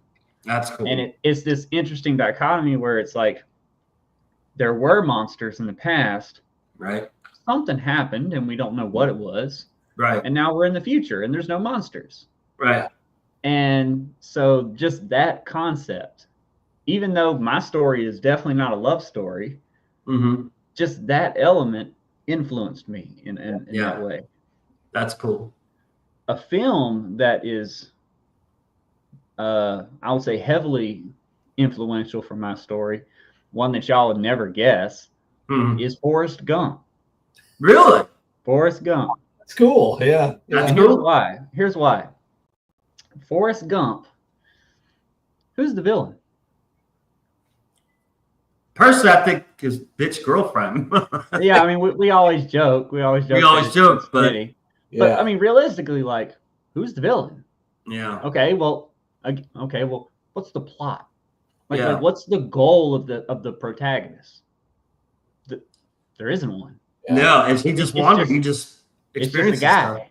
It's just a fun story. What's going on in the story is we're just being told his story. Yeah. Terrible. True. In the film Forrest Gump, it's just we're following his life from childhood up. Yeah. And throughout life, there's these ups and downs. Right. And that's a important part of my story, where it's showing these creatures, these Oni, being created and showing the things that they experience. However, also in Forrest Gump, it's not just his story, because the story of Forrest Gump is effectively historical fiction. Yeah. It's interlaced with real events that happen. Right. Which was cool. I like that. Yeah. And so we're not just following the story of this random guy named Forrest. Right. We're also jumping into Elvis's story. Right. And Richard Nixon's story. Yeah. And John F. Kennedy's story. Kennedy, yeah. And Vietnam. John Lennon's story. Like all these influential moments, the Watergate scandal, the desegregation of the schools, like these moments and these figures. We were experiencing history through the lens of this guy. Right. And so in my story, that's what's happening. I have this fictional story where we're following these fictional creatures, these characters, but they are interacting with real historical people that existed, as well as historical events that happened. That's cool. So they go to real historical places that did exist, and in some cases still exist, as well as they met with these iconic, individuals, and maybe they fought at certain battles or wars that you can read the real history about. Right. So your book is basically a manga version of Forrest Gump. Yeah. with demons. Dude, you gotta market that. When I don't know if you were here earlier. Sorry, I ruined your own pod. But yeah, no shit. I was telling EK about you, and I said, you're 10 books coming out, and this summer, and Amazon, and I'm like, I'm fucking dying for him to release his books. And I said, I want to promote them because you're so good at promoting me and backing everything. You know what I mean? It's like, and I'm like, I want to pay you back, but I fucking can't yet because you don't have your shit's not out there. You know what I mean? So I'm like, come on, man, let's release this. So it's like, okay, well, wait a few, 3-4 months. But yeah, dude. I mean, I wouldn't like use that all the time, but somewhere, whether it's on Twitter or something, you just at least try one post or something, and do that, man. Just be honest. Say, yeah, it's manga version of Forrest Gump, or Forrest Gump is manga. I mean, who knows? That's catchy because I won't forget it. Because I'm like, Forrest Gump. Oh, there she is. Okay, we're gonna say it. Hey, I just had to hop in here to help. Yeah. Kurt put light a fire under Tyler's ass. What are you doing, Tyler? God. Hi. Nice to meet you. So, okay. So Tyler, this is Christy at Flip City Mag. I remember.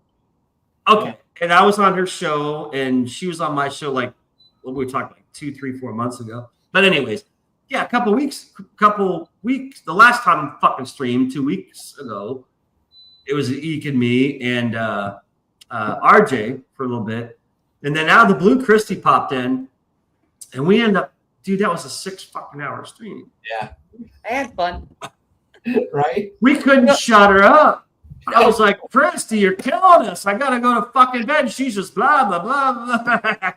I love that because I think I was literally the one to say, shut the fuck up, Kurt. I got to go eat. First, We took her. I'm like, I'm dying for a smoke and coffee and water. I'm out of fucking everything. It's like, everyone, 5-minute break. We all come back. Yeah. That was cool though. No, do you know what was really funny is I swear when I came on, you're like, Rex talks so much and you talked the whole night. And I'm like, okay, is this his shtick? Well, see, I've told people, I've said this before, EK and I, we know each other since college, so we know each other for a long time.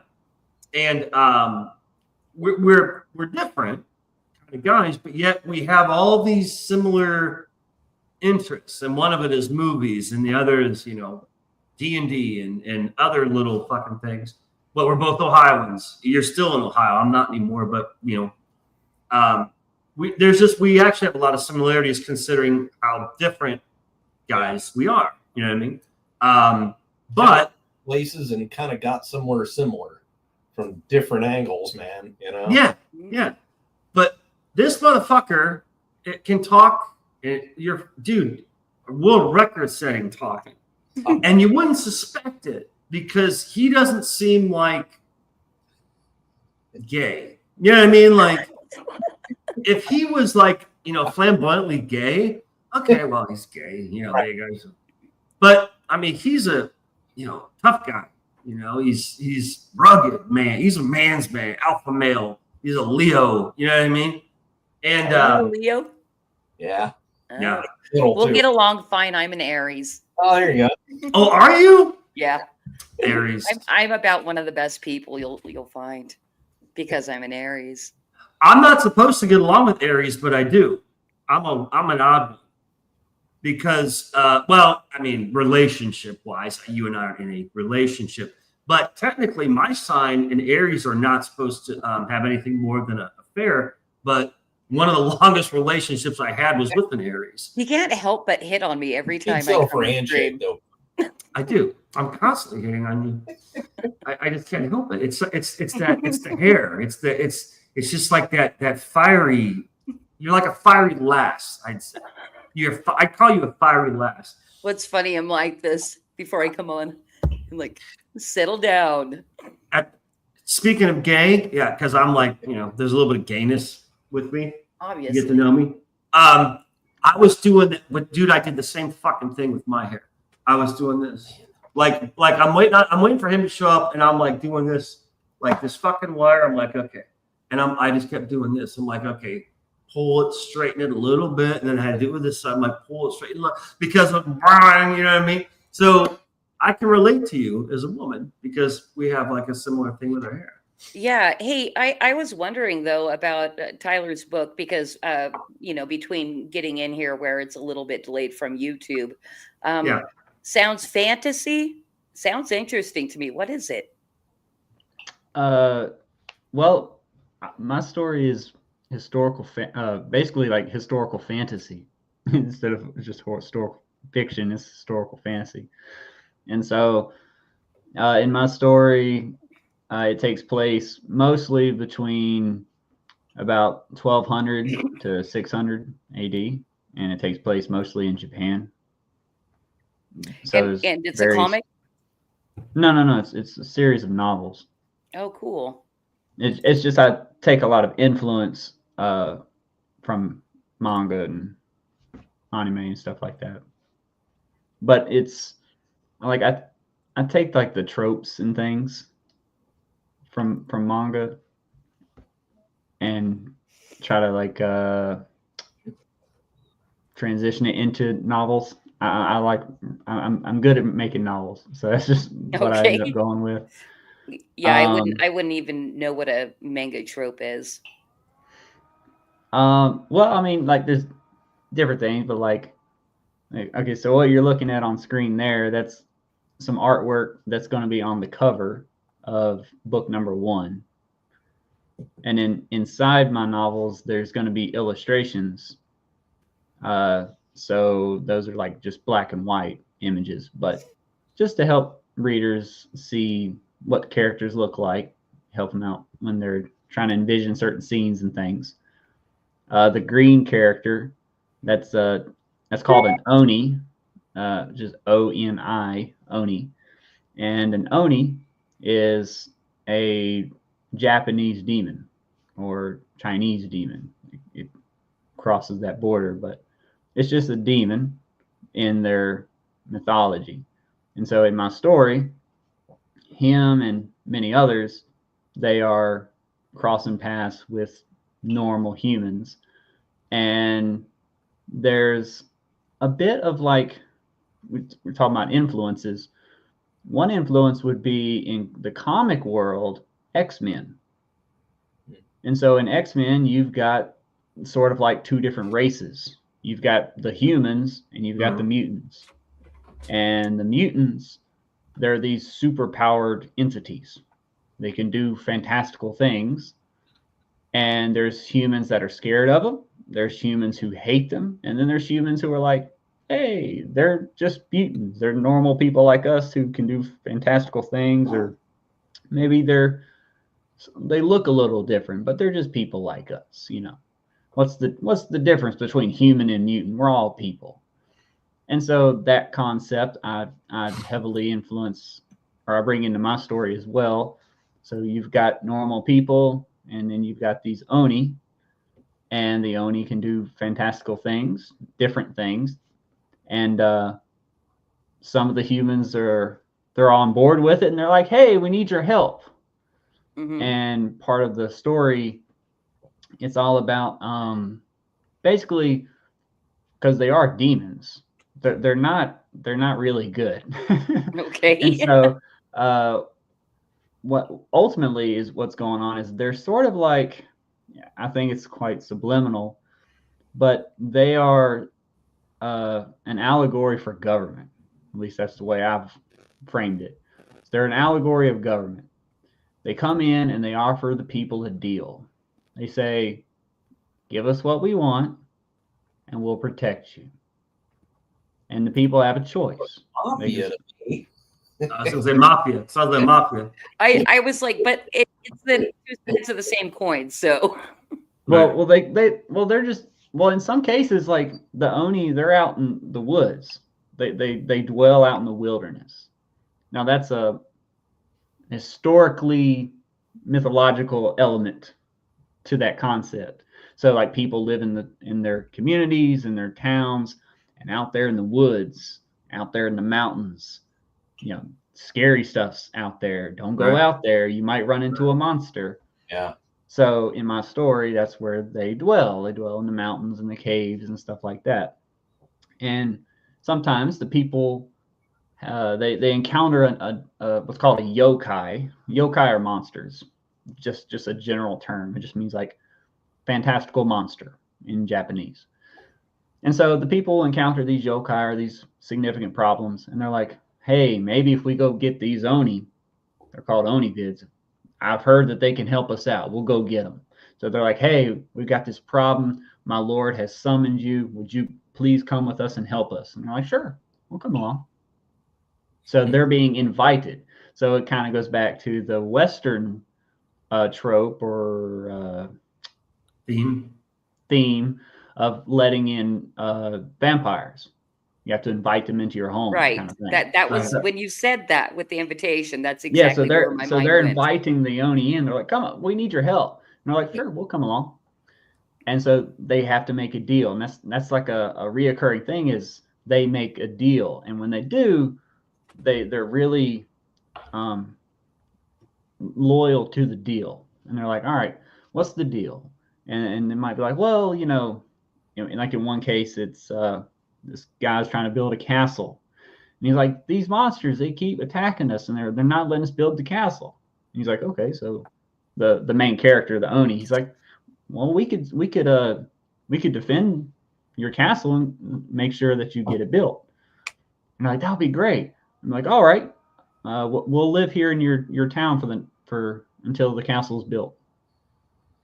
And they're like, wait, huh? And I'm like, yeah, we'll just live here for several years.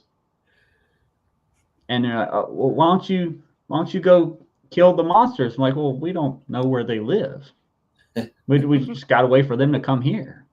Like you're saying, they're coming out of a lake. We can't just swim down there and fight them. We got to wait for them to get here. It's going to be a while. That sounds. Y'all just get back to work, and we'll just live here. High Plains Drifter. They hire the gunman to take care of the bad guys, and he takes over the whole town. Yeah. And then, so it's like, okay, well, you're going to be living here. What's the worst that could happen? Well, ultimately, the deal is always, we'll give you whatever you want, and in exchange, you cannot deny us whatever we want. The rule is you cannot tell us no.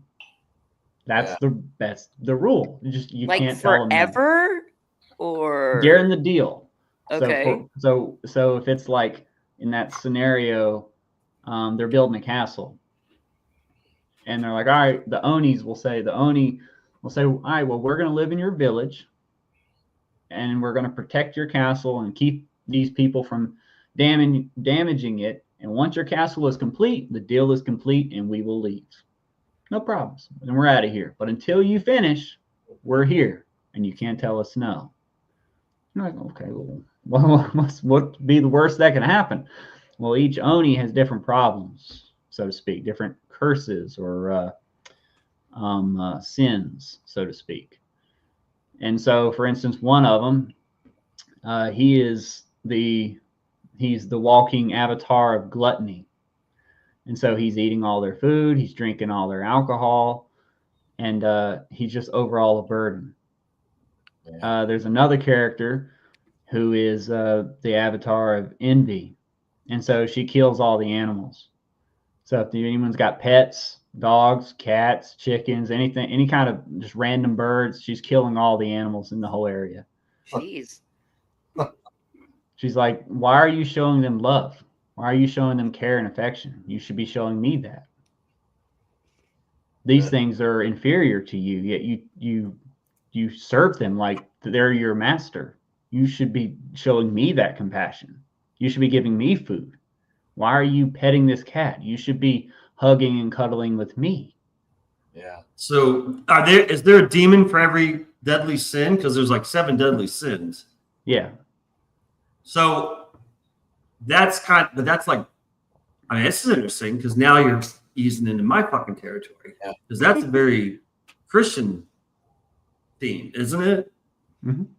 So now you've got the kind of Christian themes in the basically Eastern Orient stuff. So yeah, you have that's cool. I didn't realize you kind of had that in that. Yeah. So there's a couple of different things, different historical like backstories to the concept of an Oni. And so in one aspect, it's Oni. So first of all, over in Asia, you've got Buddhism, which comes from mainland China, Asia. That came over into Japan. And so there's a heavy Buddhist presence in Japan. But the historical religion in Japan is something called Shinto. So it's something very different. But the Japanese are just a very go along, get along, peaceful people. And so when Buddhism came over, they actually like full on integrated the two things together. So in Japanese culture, you can't really tell where Buddhism begins and Shintoism ends. Gotcha. And so one of the complex things and confusing things when you start trying to delve into it is in Buddhism, they have temples. They have Buddhist temples. Right. In Shinto, they have shrines. Shrines, yeah. And so in Japan, you'll see temples and shrines. That's cool. And I think it's at funerals. I think at funerals they go to Buddhist temples, and then at weddings they go to Shinto shrines. That's cool. It's really interesting, but that's all tradition. That's not religion. This is a complicated kind of thing for us to understand, but Japan is the most atheist country in the world. Wow. They're like 94, 95% atheists. They don't believe in anything. If you ask them, you say, what religion do you believe in? And like, I don't believe in religion. That's crazy. Wow. Do you think it's more atheism or like agnostic in Japan?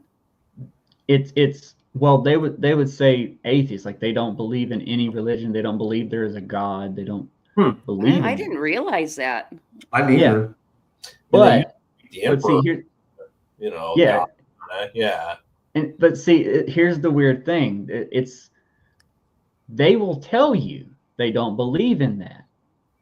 But if you look at their life, the Japanese culture is so just saturated in Buddhism and Shintoism that they don't understand that their normal way of life is very related to Buddhism and Shintoism. Yeah. Doing it. Especially it's religious and they don't even realize it. It's very religious, they but they don't realize it. Yeah, it's That's just weird. like in here in the West, in America, there's a lot of people who say they don't believe in God.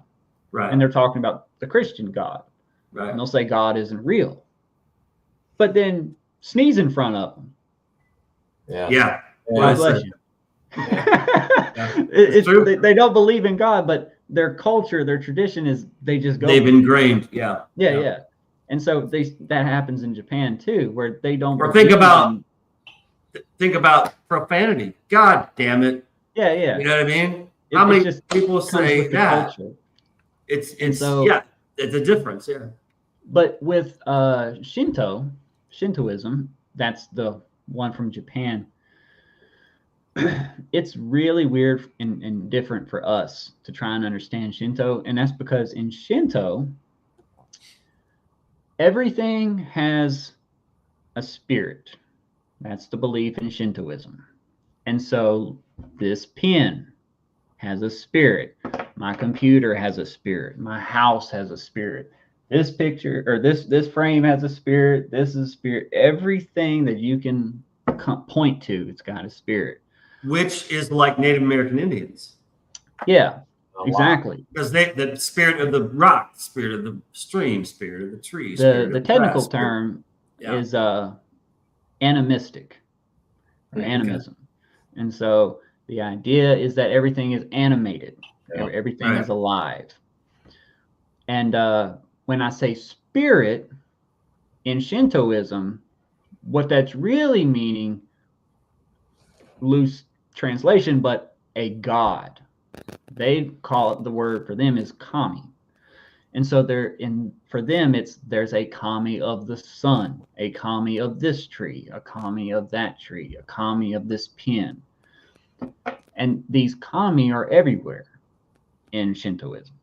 And so Japanese people, even though they say they don't believe in any religion, they believe this to the point that you'll see videos they'll have like this emotional, happy, kind of sad music, like, oh, it's so beautiful, of factory workers.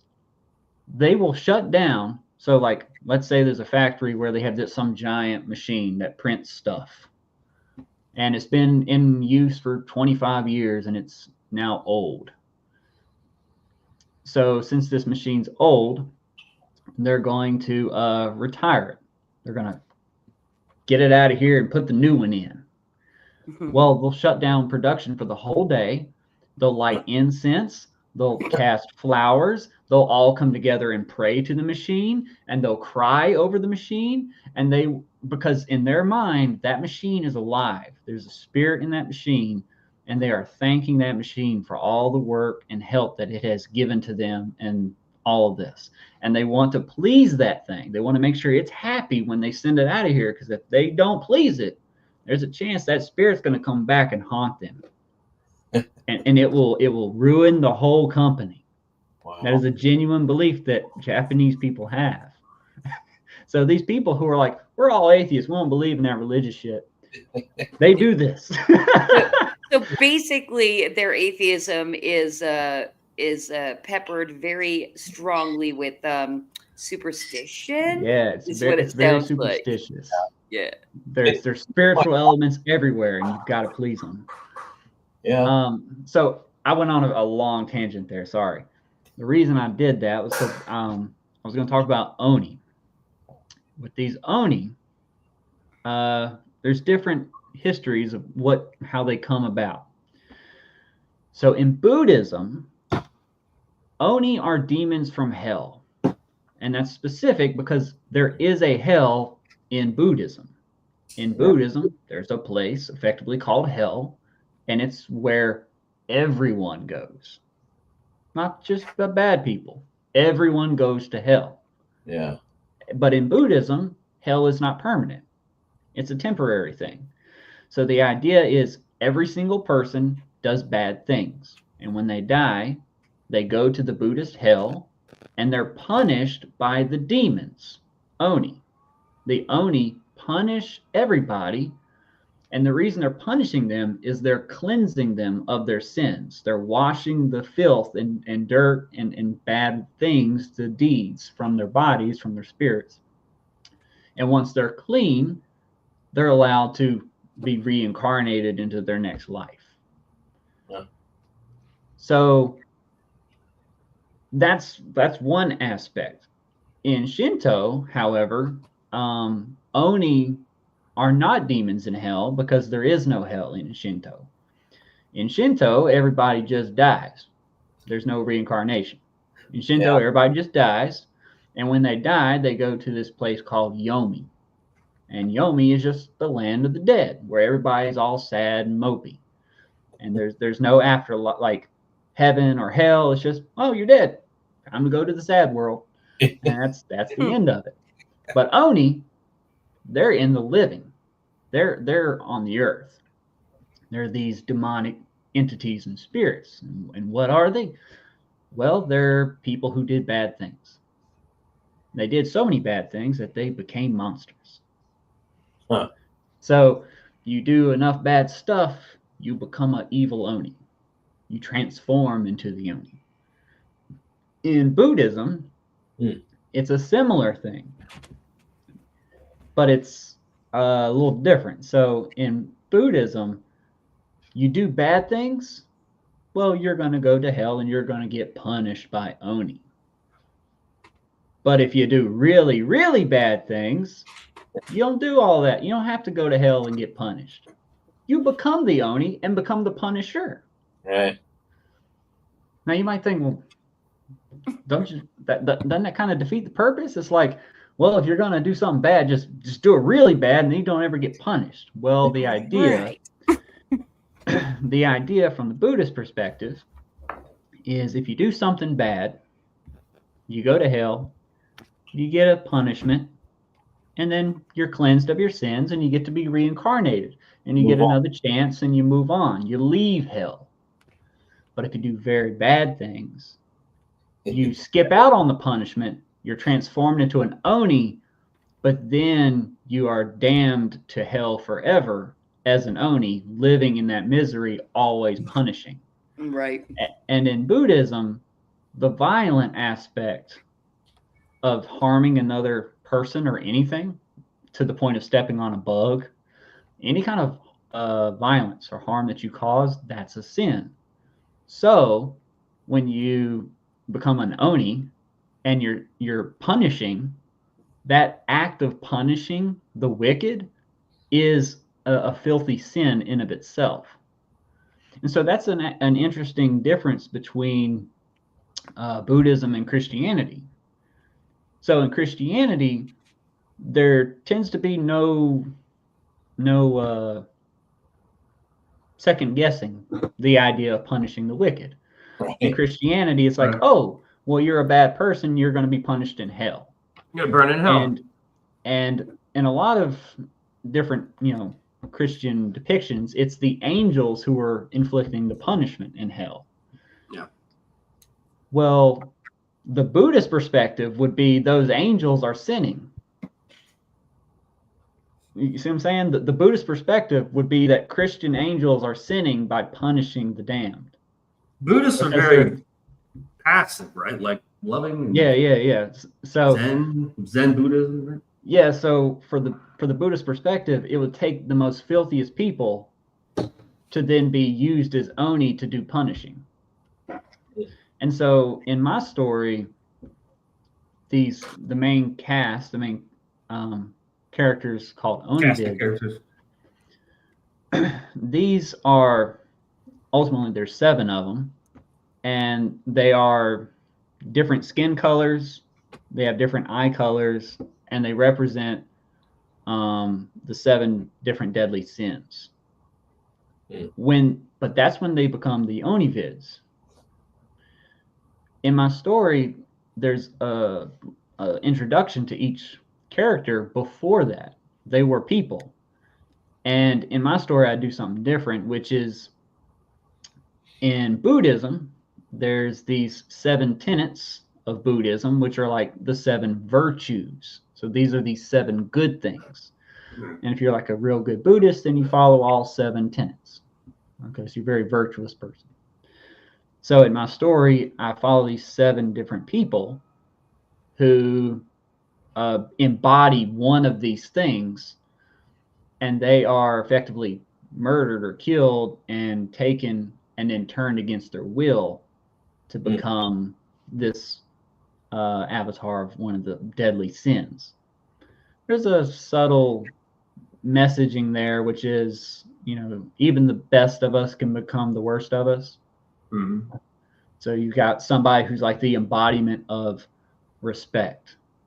They are like a really heavily influenced, respectful person. That's their whole thing, is respecting. But that person then ends up becoming the avatar of greed, this heavily greedy person. Yeah. And then I will make that like, because see, when you're trying to figure out, when you're creating a character, you want to create a character, you don't want them to be like one-dimensional. You want your character to have some different sides to them. So with these 7 main characters, I have that division there, that duality, where the character has this nature of being very respectful, also has this nature of greed. Or the character that is all about honesty also has this nature towards wrath. Or the character that has a nature towards honor has this nature towards sloth and is super lazy and goes around lying and stealing and killing and cheating, and it's just an annoyance for everyone around them. And so on and so forth. Well, hey, so we don't need to read the books now, Tyler. Yeah, I know. I was gonna say, I think something that would be productive on this stream is we help Tyler with his elevator pitch. Yes. Yeah. You need a 1 or 2 sentence pitch, brother. Something to sum it up. It's kind of a pain in the ass. In fact, I had to deal with this a couple of years ago. Well, whatever. When I had to fucking do the first volume 1 crowdfunding, there's the elevator pitch. An elevator pitch is actually isn't 1 sentence. It's you get it. It literally comes from back in the old days when a author was going to deal with a publisher.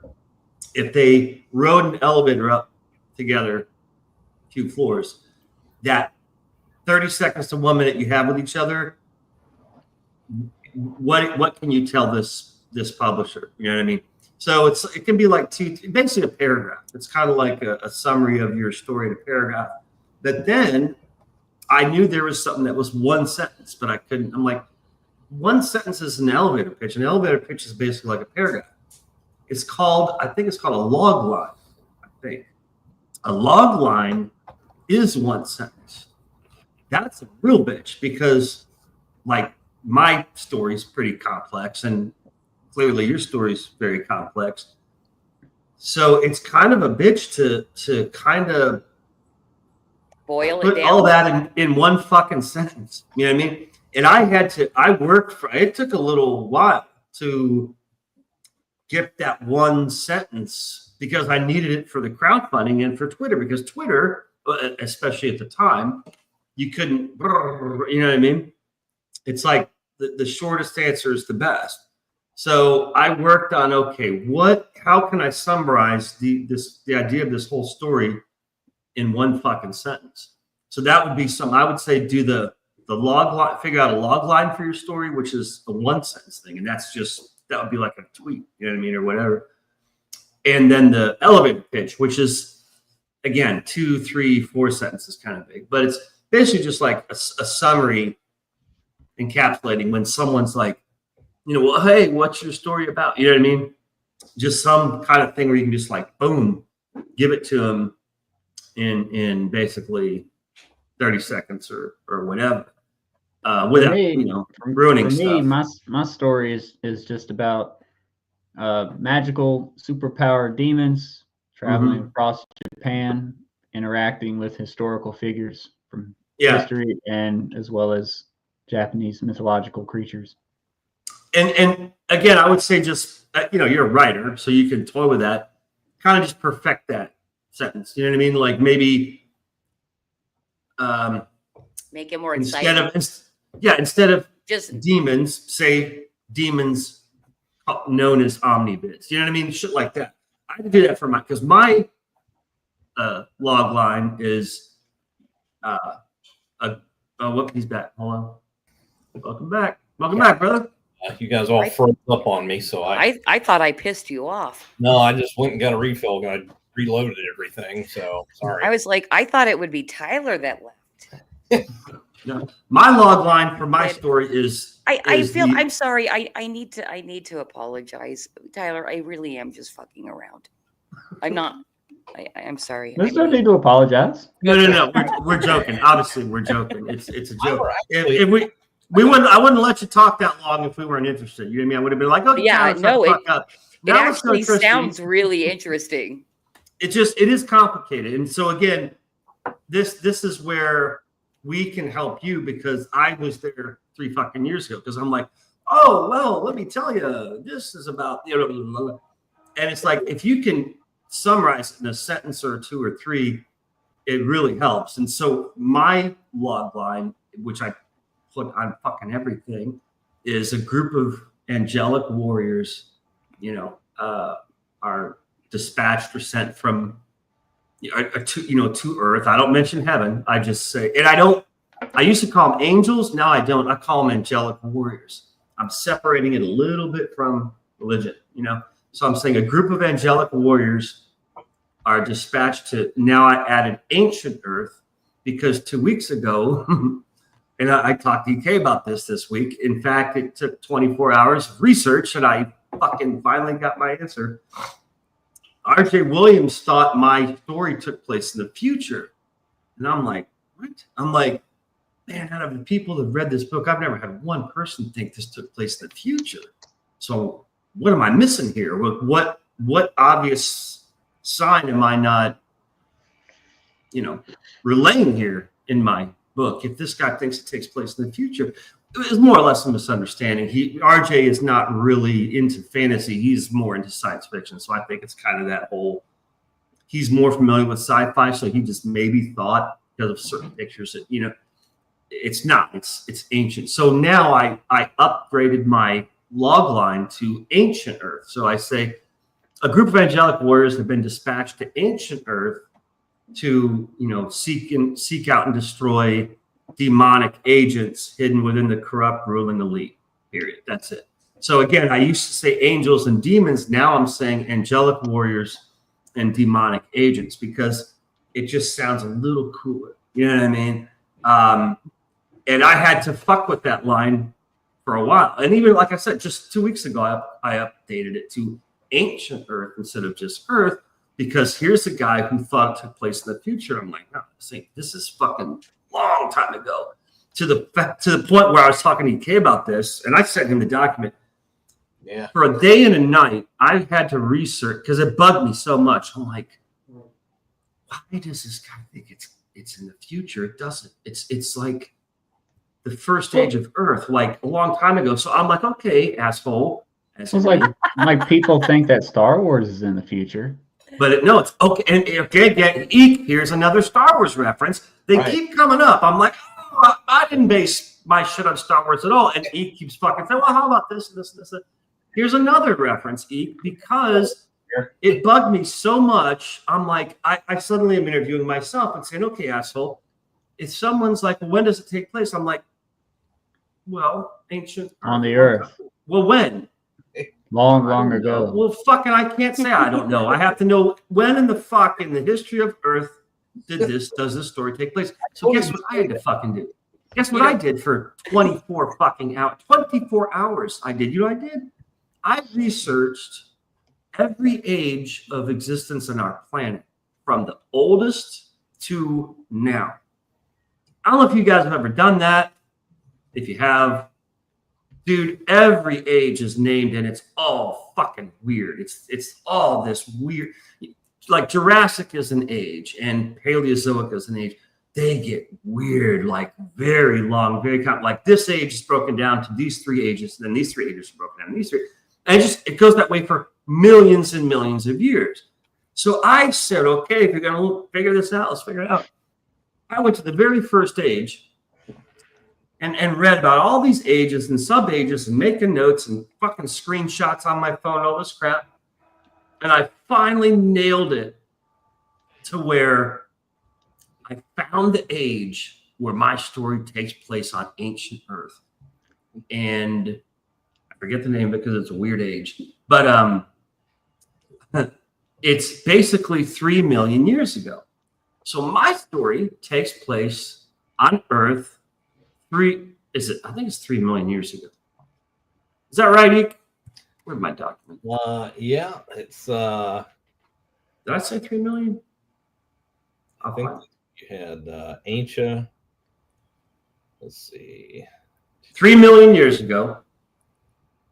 Pliocene epoch. That's the actual name in history. If you Google Pliocene epoch, this age comes up. It was 3 million years ago during the Pliocene epoch. This age lasted 400,000 years because every age lasts, whatever. So my story takes place 3 million years ago, what is based upon the Pliocene epoch, which I renamed to the Lost Age for my story because I'm not going to call it the Pliocene epoch in my story. So for me, it's called the Lost Age. And what it is it's the last age. It's the age where at the end of this age, the Ice Age came about. So it's the age before the Ice Age. Because in my story, everything gets fucking destroyed and everyone dies at the end. Now, that's not actually maybe in the story, but in the history that I'm writing, that's what happens. Where everything. What's that? Now we don't read your book. Yeah, don't read my book either. But during that 400,000 year period, my story takes place. Now, I know my story takes place in the last 100,000 year period. So fortunately, that's a big fucking window to tell a story. Well, you have 100,000 years that takes place in your story. Okay, well, I think I have enough time. Right. So somewhere in that 100,000 years, at the end of that 100,000 years is when the Ice Age occurs, which is like, on Earth, of course, if you believe in our history, and that's a whole nother fucking argument. But if the Ice Age did fuck up the planet, then that's my ticket, because my whole fictional existence, this whole story, I want it basically 99.9% wiped out. So there's no record of it, which is why all of this magic and monsters and weird shit, there's no evidence of it now. Or is there? Now you get into conspiracy theories where, the Tomb of Gilgamesh and the fucking giant bones, and because, that could be that age, because in my story, there are giants and they exist. She says so. You see what I'm saying?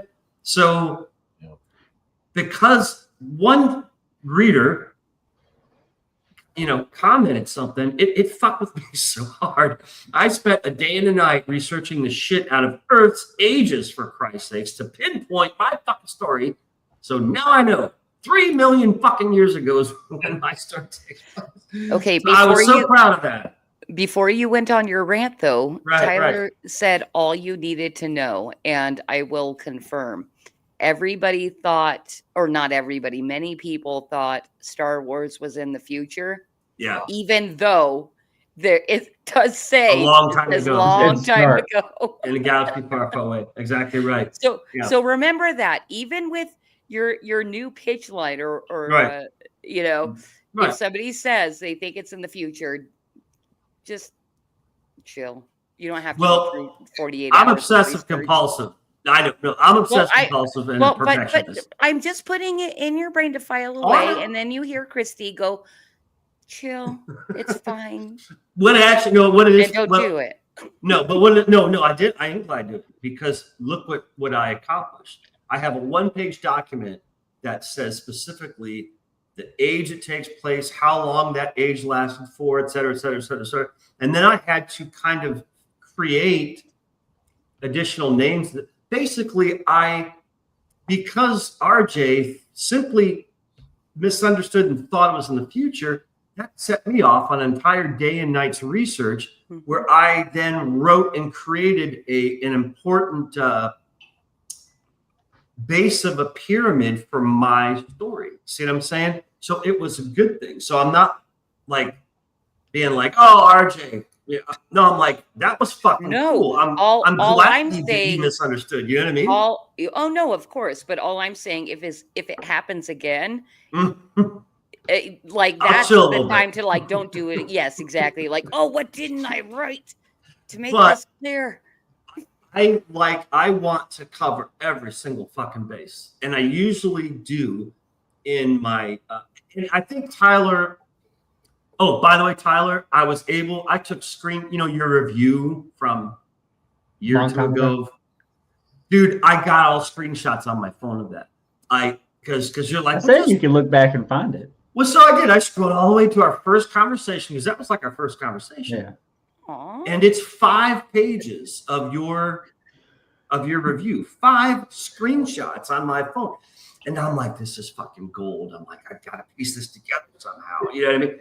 But I'm just so relieved that I have, because Christy, let me tell you, he was one of the first, he was technically like the second or third person to give a decent review, as in thorough, as in, a lot of people are like, yeah, it was good. And you're like, okay. Yeah. The amount of shit that I give surprises a lot of people. and right there in our back and forth, because I didn't know him for shit. He was a backer. He backed the book. He got it. I literally knew his name and oh, here he is on Twitter. I didn't know shit about him. He really didn't know shit about me. And then I think he DM'd me on Twitter and he's like, I think it's not Wayne. He's like, hey, I reviewed your book. So he just starts. This is a DM, so he's like typing this shit. He's spewing it, fucking page after page after page. Did you use your thumbs or were you on the computer? I'm pretty sure I was on my computer. Yeah. Okay, so it's easier. Well, it makes sense because but he was so thorough, and it wasn't like he was praising me. I mean, overall, it was good. Thank God. Thank God, because I'm waiting for the fucking some asshole to fucking. This sucks. This makes no sense. Okay, whatever. But and just so you know, I was like rereading over it and like spell checking it before I sent it to you. Well, because you're not level of OCD. I'm editing my messages. You're editing your edit their messages. Right. But anyways, it was such a thorough review. I couldn't fucking believe it. And everything he said was dead on, and it was neat because he was like, this is really cool. This maybe work on a little bit, and this, and the reason why this, he was giving all these valid points, but at the end, he was editing for free. Yeah, well, yeah, it was so thorough, and he was impressed by a lot of the stuff, and that was cool. But then at the end, he was like asking the questions. He's like, I'm kind of left with, I don't know who the main character is. Is it this person? I think it's this. I suspect it's this person. I suspect it could be this person, or maybe it's this person, but it's not clear. And again, I said that's intentional. And I'm not saying that just to cover my ass, but you'll find out because that's how this story is, because you're literally dealing with 3 different storylines. You're dealing with angels, demons, and the people caught in between, which are the humans, us. You know what I mean? So I'm like, I can't have one main character because which one? You know what I mean? Is it an angel? Is it a demon? Or is it a human? So basically, it's like, okay, there's going to kind of be 3 main characters. There will eventually be one main angel who gets the most story time, one demon who's kind of pulling the strings in charge, and then, one human who's kind of, you know what I mean? And it's not apparent in the first book, the one that Tyler has and like EK has. It's like you think it's this one or this guy or this girl, whatever, but it actually is not. And in this current campaign, Volume 2, you'll start to see who the fuck it's about. The kind of more, what do you call it? Like the more primary angel character, the primary demon, and the primary human. You know what I'm saying? Kurt, can I stop you for 1 second? Sure. Please remind me where you are, because that's what I was just trying to remember. Because of my show, I talk to a lot of people. Yeah. So it sounds to me, book 1, yes, that's all the way done. I know we talked about that. What's up with book 2? Because you talked about a campaign, and do you have a launch date? Have you already launched? Oh, it's over in a week. No, that's what's going on now. It's over in a week? Yeah, it ends in a week. And that's... where are you again? What do you mean, where am I? Oh, the campaign on FundMyComic. Oh, yeah, FundMyComic. Yeah. Okay. Yeah. Okay, what? Yeah, I'm sorry. I had all my questions answered. Okay. Yeah, Volume 2 it's been on FundMyComic for it feels like a long fucking time. A couple months. So what's that? You had number 2 live for a couple months, right?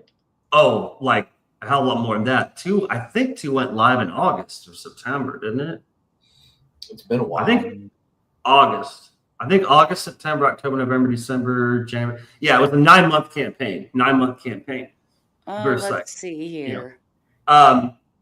So it ends March 1st, and it's the one that on your show. No, I know. I had to be reminded though, because I don't remember everybody's details. You have to repeat things like at least 7 times. Yeah, because you have a lot of remember. But yeah, it's the one that is Vulcan. No, I'm looking at it right now. Okay. Hey, how about why don't you do this? Because I'm looking at the campaign right now, and you should be using your live streams to do this every time. Why don't you play your trailer? I'd love to see it again. All right, I can do like may as well scream it out is what I'm saying. Yeah. I'm a marketer, so I'm like, dude, I know. you need to be playing this shit on your show. Yeah, no shit. I should. What is it? FundMyComic. It is. I usually play it at the start of the show. Of course, no one's around to fucking see it, but I have a new trailer that I just made like 2-3 weeks ago. But this one here in the campaign is the original. So hang on a second here. In fact, you know what? Oh, other people can talk. Yeah, I'm just bringing shit up here. Well, Tyler, I had a question I wanted to ask you anyway, since you're kind of into the Eastern stuff. So I got a movie question for you. You're a little younger than Kurt and I. We know Christy's probably younger than you, but have you ever seen Big Trouble in Little China? No, but I've heard of that title. They actually, I mean, it's a comedy. It's my thing. But Kurt's into that one too. It's a good one. They talked about, remember him having the little conversation explaining the religion to him about how it's like a salad bar and they take, a little bit of this and a little bit of that. Confucianism, alchemy, and sorcery. It's like a salad bar. Yeah. That's a great fucking movie. That's something, Tyler, you might actually enjoy that movie.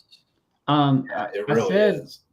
I said earlier that in Japan they do funerals at like Buddhist temples, and then a lot of Japanese will do weddings at Shinto shrines. But because there's so much of a like people like me, I'm in America, but I think, oh, Japan is so cool and awesome. Well, the same thing goes on over there, but in reverse. So there's a lot of Japanese people who think that America is the greatest thing ever, and they're super cool. They're like, America's great, I want to go there. So there's also a lot of Japanese people who will have Christian style weddings. They want to have the Western style Christian wedding where the bride is in the white dress and they get married at Christian Catholic churches, and they've got the organs doing the da da da da, and it's a whole thing. They'll have a Catholic priest ordain the wedding, and none of them are Christian or Catholic. A lot of Japanese people will wear crucifixes, but they have no concept of who Jesus Christ even is. It's just, this is Western. It's kind of like That's so funny. Yes, exactly. Because I remember that from being a teenager and wearing an ankh. It really is just, you adopt the culture of somewhere far away. There's lots of and magical. There's lots of Americans who will wear the yin yang symbol. Yes. Oh, dude, I did for all through college. All through college, I had a yin yang necklace. Yeah, but they have no attachment to the faith, and it's just like it's just. Now cool, I've got equal like this. I've got the wheel of pain now. I don't know if you can see this. Really? Oh wow! Wow. And I guess technically, you can say the same thing about. There's lots of people who wear pentagrams. It's that is true. That's like a super fashion thing, but they don't have any attachment to the satanic temple or anything like that. Tyler, I was wondering, do you live in Japan? No, I live in Virginia. Mountains of Virginia. Have you visited Japan? No, I've never. Do you want to? It sounds like you're very, very fascinated. Mm-hmm. I'd like to go maybe one day. But I don't know if I really fight the whole concept. Like, I'm like, I'd like to, but I don't know, because I'm like an outsider, and I think they need less of me in their country. Outsiders are just fucking it all up. So, well, I don't know. I think they delight in you, because you're not that Westerner that's going to do whatever annoys them, because obviously you know what annoys them. So you're like, I'm going to come be a good representation of America. Yeah. Honestly, in a perfect world, dream come true scenario, my novels would have success and it would get attention in Japan and Japanese people would take notice. Well, and maybe something. That shit happens all the time, though, with indies. It's like, it's kind of a trope. Like, I'm big in Japan because it's true, So Well, what I'm saying is, maybe I could have some success with my books, and it crosses over to some type of, anime being made about it or something like that. So and that's the big dream. Yeah, that's the big dream, and then that would be a way for me to go over there, because I'd have to meet with them and talk with business people and be like, hey, seriously, just put that in your business plan, just write that shit out with that big dream there, and what do you have to make it get there? Well, I mean that's all genuine. That's my genuine kind of dream plan, because originally, for a long time, I've always wanted to take part in the creation of an anime. Originally, I was like, man, it'd be cool to be a voice actor. Mm-hmm. And then I started shifting away from that and was like, what if I could just create the story, write the story of it? And I was like, okay, well, let's actually give this some thought. How could I do that? And I was like, well, I started thinking about most of the anime films and shows, two different things, films and the shows, either one.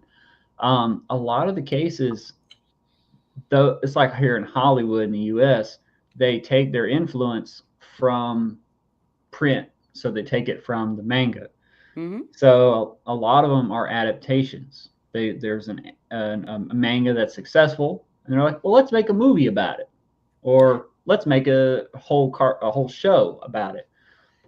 In one rare case, there was a novel series, which is still going as far as I'm aware, It's called Vampire Hunter D.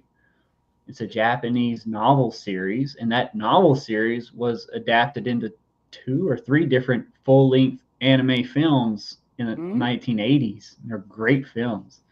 May I offer a piece of advice to you? What's up? So your plan, I'm going to feed back to you what I think I believe about what you're doing here. Okay. Only because of the little conversation that I've heard between like you and Kurt and everything. So I'm guessing, and you can correct me where I'm wrong. Sounds to me like you have this whole novel series planned out and you're writing the full first one, but haven't crowdfunded yet, but you plan to. Is that all correct? No, I've written all 10 books.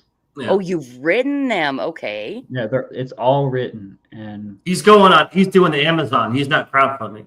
Oh, I'm okay. not doing crowdfunding. Oh, well, how's Amazon going? Well, I haven't published the first book. Oh, you yet, haven't so. put anything out yet. This summer. Okay. This summer you're planning, right? Yeah. And you're doing all 10 at the same time? Or are you putting what's your plan on that one? I'm going to release one book at a time. Good. That's the way to do it, but they're all written. I'm super excited. Tell me more. He sent me the first one. Well, have you ever heard of a story called Game of Thrones? Oh, it's like they've got a whole show thing. Yes, of course. It comes from a novel series written by a guy named George R.R. Martin, and everyone hates him. They all want him. Everybody hates him. I don't hate him. Because he wrote this whole story, and he won't write the last book, and he's going to die before he writes the last book. And so all the fans, they're never going to get a conclusion to the story. Yeah. You know what I think did that? What? How the series fucked up the end. I just think he's totally demotivated and demoralized. Well, I think people have been waiting, 13 years, 15 years, something like that for that last book. And that 8th season came out, I think, only like 3 or 4 years ago. But anyway, just pointing out, my whole thing is I'm a completionist. Yeah, I'm a completionist. I'm very OCD about that. So I don't want to start something and then never finish it. And so my whole thing was, if I'm going to release a first book, I got to know I can release the last book. Well, he finished when he begins. I don't think you have a problem. Also, I said that I had illustrations in the books. So in the books, there's artwork. I needed to have an artist draw all those images. And so let's say I released book 1. So I went to an artist. I had him draw the images for book 1. Cool. I released that one book. Now it's time to start writing book 2. Maybe it takes 2 years. And then by the time I'm done, I'm ready to release it. I guess I reach back out to that artist. I'm like, hey, I'm ready for you to draw the images for book number 2. Maybe. I mean, that doesn't even matter at all. That really, you should crowdfund, in my humble opinion. You should network. I'm being very, hey, listen, you need to get started. I agree. I talked about this, but no, I'm just trying to explain why I have all 10 books written. Yeah. Before releasing the first book, it's because I needed the artist. Because if I wrote the first book and I had a certain art style, and then afterwards, if I waited 2 years or took 2 years to write the next book, I then reach out to the artist and get more art. And then it takes another year or 2 years. If I went at it at that rate, it might be 10, 15 years before I release all 10 books. And I can't reasonably expect that artist to still be around. But that's what I'm saying. You don't, especially in novel form, you don't need to rely on the same artist. I mean, well, it wouldn't be consistent. Imagine if that doesn't matter though. Did the It artist do I don't all think it 10 does. books? Did the artist do all 10 books? Yeah. So there's your answer, Christy. He basically paid the artist to do illustrations for all 10 books. Wait, you right? already paid the artist? Yeah, I told you I'm Yeah. done. He's Oh, done. He's done. Yeah. He's done with 10 books. okay. He's I just, missed you're that. just like I refining. missed that like, part of the story. Yeah. Yeah. So I mean, You're like I mean, refining you're- them and editing, right? So just to put it in perspective, like imagine you read book 1 and the artwork looked like SpongeBob, and you got to book 2 and it looked like Doug, and you got the Right. book 3 and the artwork looked like Dragon Ball Z, right. and you got the book 4 and it looked like X-Men the animated series, and it's like Yeah. every book the artwork changed because it had to go to a different artist. Like Yeah. that would be terrible. It wouldn't be Well, cohesive. So I needed one okay. artist to do all the art, and if I needed him to do all the art, I needed to know what scenes and characters he would be drawing. So I had to write out the whole book so I knew what scenes needed to be animated or illustrated, sorry. So I had to write the whole book, and then I had to get him to do the artwork for like 2 years. So I gave him steady work for 2 years, and then I got all the artwork, so now it's all good to go. Yeah, So you see, Christy, how It's all good because to go. I talked about this a while ago about because I'm so used to crowdfunding and how it can work and blah blah blah blah. Well, he's done. I mean, his books are finished. So it's time. So it's time. I'm super excited for Tyler. Yeah. Because it's time, right? Well, but that's why I wasn't sure about the summer because like, well, I'm going to do it this summer, and I'm like, well, how aren't you doing it now? You know, if you got the first one ready, but like Tyler, your first one isn't actually 100% ready. Like you don't have the cover yet or something, right? Or do you? Yeah, I still don't have the cover. I'm almost. I got that cover artwork image, but I got to get an actual cover artist who can format it all and put it together. Okay. One thing I'm kind of waiting on is I'm finishing up right now a final edit through the last book.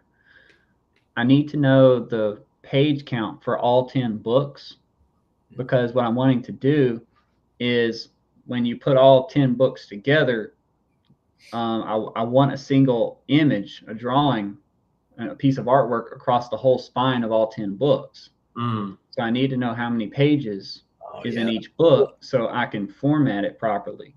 So I need to contact my cover artist and have him draw one more image. And then I need to contact a cover formatter person and have them do all 10 books and then put that on there. And once I do that, then it's good. But dude, it's insane. You're doing all this work and finishing all this stuff. So basically, this crowdfunding wouldn't even be logical. Like your shit's done. You literally just have to sell this now. And that's why you're going the Amazon way, which like for me, and most, at least comic people, and see, this is how it differs. See, Christy, this is the difference between the novel community and the comic community. Actually, a big difference. And comics, I mean, most of them are crowdfunded, where novels doesn't seem to be that way. Novels seem to go straight to Amazon, you know? Christy, you're still muted. Yeah, you're muted. Yeah. I saw that. You guys can correct me if you disagree with this, but my opinion on why it goes that way is because of Book Baby through Amazon, and it is designed to easily print on demand novels, but we're working in a high art, high color thing. It's just not financially feasible to make any kind of real profit off of that model. So we need to do it the crowdfunding way. So then we can go pay to have the book printed at an offset printer or the digital printers that do the full color and all that. Right. So I think that's probably why. But I just wanted to add one more thing. There's no reason to also not run a crowdfund, Tyler, because that's just exposing yourself to a larger audience, and making more money. with minimal effort. It's not a ton of effort to run a crowdfund. It's like, think of it like as a business person, just another place to sell your stuff and expose it, and it's free. Yeah, Kurt had a guy on his show recently, B.A. Turner, and he sold novels, and he did it through Kickstarter or something like that, a crowdfunding thing. Yeah, I know BA. Indigo. Yes. Yeah. So he sold his 2 books, I think, through the crowdfunding. Well, But and again, well, a little different with him because he remember I told you he's on the outskirts of comics. He's got one foot in the novel scene and one foot in the comic scene. He did that. But that's purpose. the thing. Okay, listen, guys. I've been networking like obsessively. I think I've made it very clear. I'm kind of doing a lot of marketing and kind of learning how to do it more. And so I do have valuable advice. Really, the other bonus to putting there's no reason your foot shouldn't also be in the comic scene and be networking with these people, because there are other novelists that I know personally, and you'd probably love them because they're all doing a lot of fantasy stuff. So you should network in with them and launch a campaign, because basically networking within as wide of an audience as you possibly can and making friends with people who want to help you it's number one, super easy. Number two, you can book yourself on a ton of podcasts that have smaller viewership, but the viewership runs throughout the entire network, and you just go hang out with people that you have fun with, because they're also fantasy writers and stuff. So you may as well do it. And that's the end of my rant.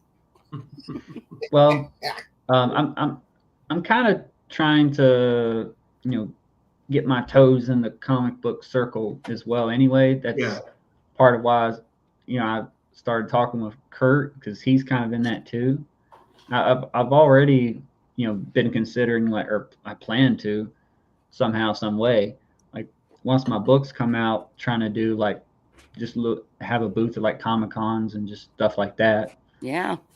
And when the book finally comes out, the first one, I'll be doing a book trailer and trying to promote it that way.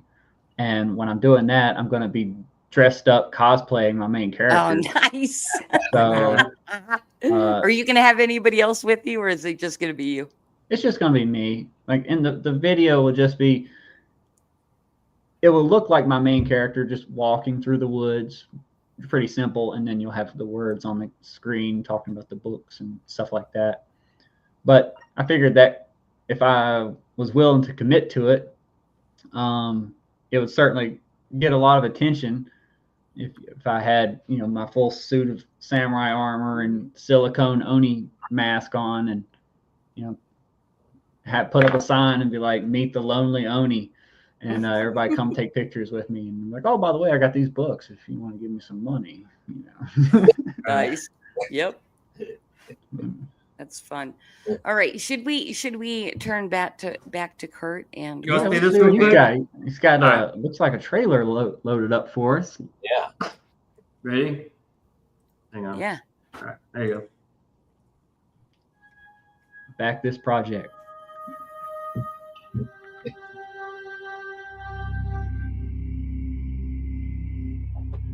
Time ago. Yeah. Ancient or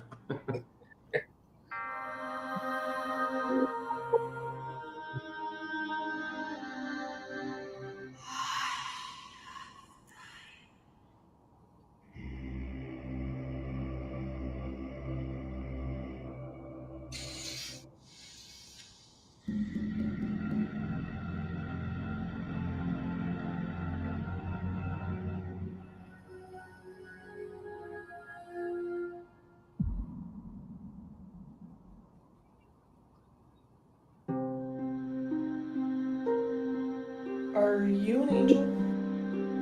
I heard your prayers, Sarah.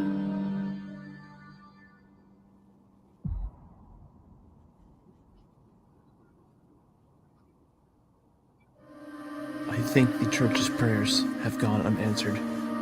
God stopped listening to us a long time ago.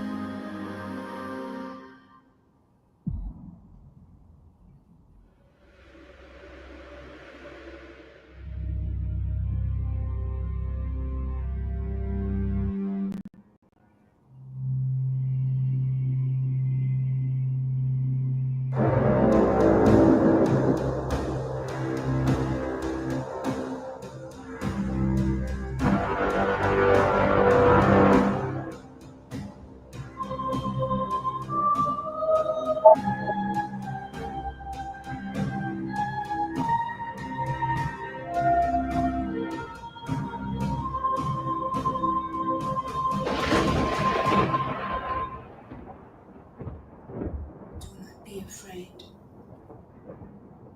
That's a really good trailer. Thank you. There's Danny. Whoops. Okay. He is coming to us. Stop. He dropped from God, straight down. that assaulted my Fucking senses. YouTube. That assaulted my senses Yeah. after watching your cool trailer. Tell me about making that trailer. I want to know It about was that. awesome. I love fucking making trailers, you see, because I was a film major in college. And I wanted to be the next George Lucas when I was a kid. So the first half of my life was all movies. And all I wanted to do was make fucking movies, to the point where I was actually making my own independent film when I lived in Las Vegas.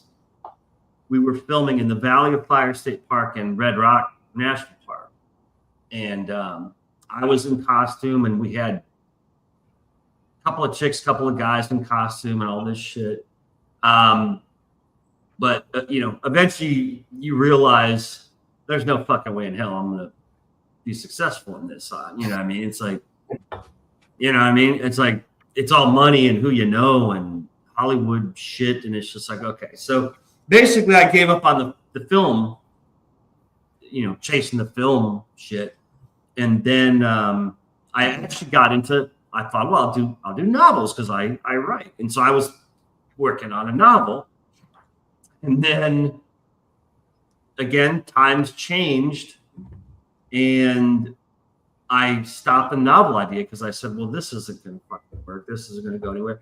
So then after a little while, I was like, well, you fucking draw. I've drawn all my life. Why don't you fucking do an illustrated story or whatever?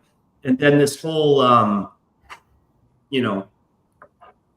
crowdfunding and comic shit came about, and I'm like, all right, I guess I'll try this. And so here I am. So basically my background is film, and I was making trailers in college. In fact, one of the first trailers I made in college was for The Good, the Bad, and the Ugly. It was so fucking fun. I took The Good, the Bad, and the Ugly and got the best season. Yeah. Dude, with the music, it was so fucking cool. I had so much fun. I could do that for a living. I'm like, if I just made trailers, I could do that for a living. I really... Sometimes the trailers so often are better than the actual film. We've seen that. Agree.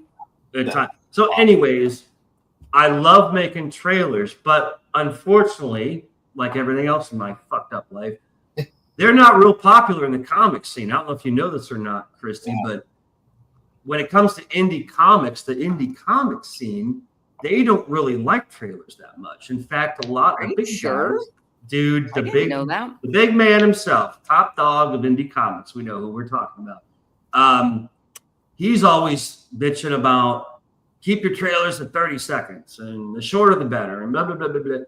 And other comic guys have said the same thing. Try to make a trailer. And I'm like, whatever, fuck you guys. I'm doing my trailers long, 1-2 minutes, whatever. And not everyone listens to them, because I've seen some trailers like 5 minutes long and they just go on and they're talking and okay, well, that's too long.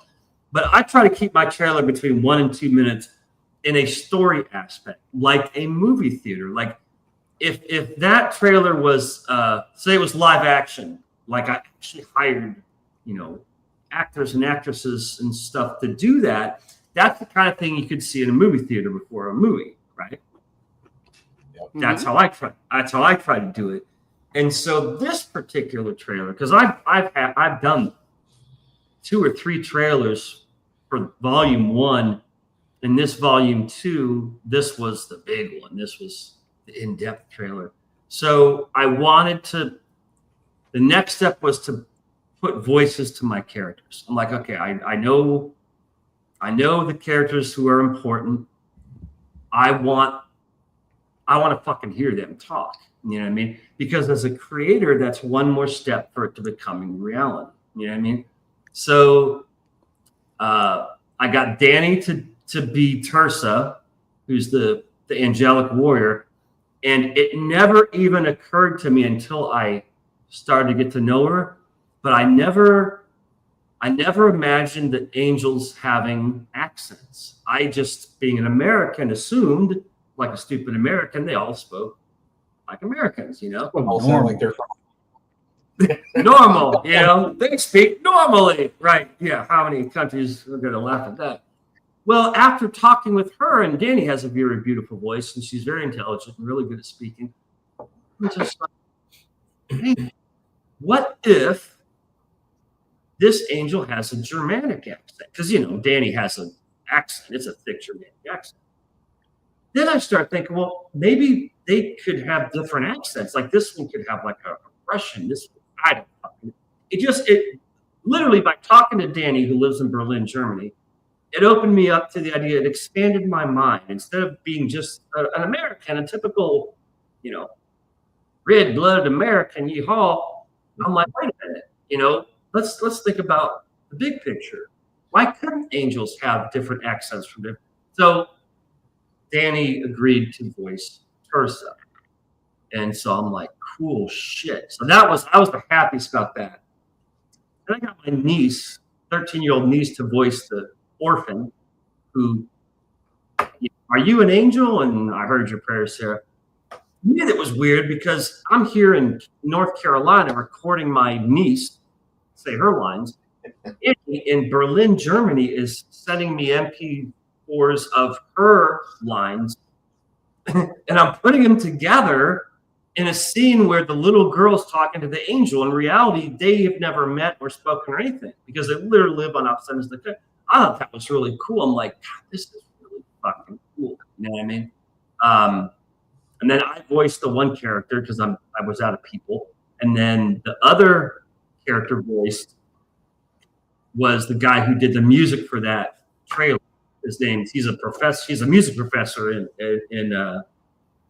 Durham, North Carolina. So his name's Chris Vichy. So Vichy voiced the one guy. I voiced the other guy. My niece voiced the little orphan girl, and then Danny voiced the angel. So that was one more step to making the trailer a little cooler, was because, okay, well, there's the visuals, and here's the music, and here's the sound effects, but now there's voices. Now the characters have voices. Yeah. So I thought that was really cool for this particular trailer. So yeah, there's the story about the trailer. But yeah, all the imagery you see in trailers, and some are actually from volume 1, I think, but the majority of those images are in volume 2, which is ending in a week. Okay? So pissed off if she like went to the bathroom. And I'm like, no. Blah, blah, blah. I've been listening the entire time. Okay, so there's the trailer answer. I had to mute because my husband delivered me a burrito, so I've been nomming and listening. Cool. Where's mine? Oh, dude, it's so. I have like 2 bites left, and it's so delicious. So good. Yeah, those late night burritos. Those late night burritos do it. Yeah. Although, remember, I'm West Coast, best coast. Actually, right. Yeah, so that means it's not that late for me. 9:15 there. It's going on midnight here. That's not late. What? For me, it's not midnight. For her, it's definitely not late. Jeez, I didn't get out of work until after 11 o'clock last night. So yeah. I made some money last week. Actually, look, because Tyler, we're all on the same time. Tyler, we're on the same time zone, right? Yeah, I'm in Virginia. Yeah, so the 3 of us are all on the same. Yep. Yeah, Chrissy's West Coast. Hey, I'm hoping somebody's going to get rid of that whole daylight savings thing, though. I hope so too, because it's annoying as fuck. Hate it. I hate it. I've always hated it on my line. Yeah, that'd be cool if they got rid of it. There's I can't remember which state it is, but there's a state in kind of Midwest. I don't remember what it. Yeah. Huh? They don't observe it. Yeah, I can't remember. Arizona. I live there. Which one? Arizona and Hawaii. Yes, Arizona. Yeah, they just don't observe it. Yeah. Because I lived in Arizona for a year, and it was great because I'm like, we don't got to fuck with our clocks. Yeah. Yeah. Well, I swear the fall back, when you get less daylight or whatever, it gets dark earlier. I love the fall. I swear, no, I hate that time change. I like the fall because spring ahead, fall behind. So in the spring you lose an hour. I fucking hated that. I know, it's but like, I don't. It's I don't like when it switches. No, it's actually 9 o'clock. You're like, fuck, I gotta get to work. You know what I mean? In the fall, it's like, oh fuck, it's 9 o'clock. Oh no, it's only 8. I have another hour. You know what I'm saying? It's that. Mm-hmm. I guess, but like the first week, like it's called SAD, seasonal affective disorder. Yeah. First week every time. And I think I swear they do it to fuck with our heads because they know the regular working hours of a lot of people. Yeah. And it sucks to get out of work when it's dark. Dark. It's depressing. Weird. Yeah. It was supposed to be to help the farmers outside. The farmers. They get up when the sun comes up and they work in town. They don't give a shit what time it is. I don't know what the hell. Yeah. I'm sure there's conspiracy theory somewhere. But all right, fine. I'll bring up the conspiracy wheel. There you go. I still haven't actually. I saw the link from 2 weeks ago. You have that link in the DM, which I thank you for, by the way. It's 101 on the list. You know what I mean? It's like, okay, the other 100 things I have to fucking do. No, but I am going to make up my. In fact, Eek, I'll probably talk with you and say, okay, dude. Let's help me out with the topics here. What do you want to talk about? You know what I mean? Yeah, no problem. I'll come up with some good ones for you. We're definitely putting. Conspiracy. Yeah, but we're definitely putting the fucking Tomb of Gilgamesh and all that bullshit. That's for sure. I love that. That's so fucking funny. Hillary Clinton. Yeah, we insane, dude. Wheel quite a bit. So yeah, that was fun. Well, if you want to talk about the fog, we could get Danny on here. Yeah, she's all about the fog. She don't like that fog. Yeah. Oh, okay. Who is this? And what about the fog? You know Danny, right? Danny from Germany, Berlin, Germany. No, like from yes, I've never met her. You've never met her. She came and watched a show or two of mine. Yeah. Is she in the chat now? No, she's asleep. It's 6. She's now talk about time. She's 6 hours ahead of us, so it's almost 6 in the morning there. Zone fog, and I'm sure it'll come up on YouTube. Yeah, she's got. Oh no, I know about the fog, but I haven't actually spoken to anybody that's like obsessed with it. So she's obsessed with. She makes multiple videos about it. Okay. She don't like that fog. Yeah. Well, Christy, hang on a second. It's chemicals, man. It's all fake. Trying to poison. Like, do you know? Did she experience the fog? I think I don't know if she experienced it. She's just pulling different videos from around and different testimonials and things. Well, I will tell you, before I even saw anything about the quote unquote fog, I live elevated above a valley, right? Yeah. And the day before that whole fog thing was like going wild on social media, we were driving down from our mountain and the valley was filled with a very strange fucking looking fog. Weird. And I'm like, what is I have never seen fog look like this. And we see it often because we live 15 minutes from the base of our mountain. So it's easy to go down. Yeah. And so, and it shows the entire valley, the entire drive. And I'm just like, this feels weird. And then the next day, everybody's talking about the fog. Yeah. Real quick, this is Danny. She did I had her do a short on YouTube promoting the campaign. So here. Hey guys, Between Demons and Angels Volume 2, a 48-page full-color dark fantasy graphic novel, is still funding on FundMyComic. And 2 trading cards are included. Only months left. Oh my Make God. it today. Anybody What that's are you waiting for? lucky Hey enough guys. to have that voice and face and accent, shit. Yeah.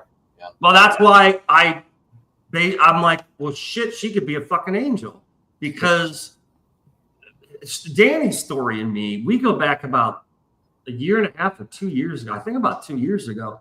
She backed the first book, and I'll never forget, because it was in a. There's this one. It's called Comics for Everyone. This guy lives in Finland actually, and he posts every day, every fucking day. This dude's like, post your comic, manga, blah blah blah blah blah, and then fucking everyone posts their shit. Yeah, I know the account. Okay. So I was lucky enough to come across that account when for volume 1, the first book, and so I was like, this is fucking great. So I was posting. Well, Danny saw it, and she's like, and I still have the messages and shit from her. She's like, where can I get this book? I need this book. I have to have this epic novel. And she's like, I'm trying to order it, but it won't allow because I am in Germany. And I'm just like, oh shit. And then the guy from Finland whose account it is, he chimes in, is like, well, if you use this other app or platform, it may be able to get to Germany. Well, so I basically, I was like, well, fuck, this chick really wants this book. You know what I mean? Because she was very like, I have to have it. I'm not taking no for an answer. I'm like, okay, well, fucking work something out.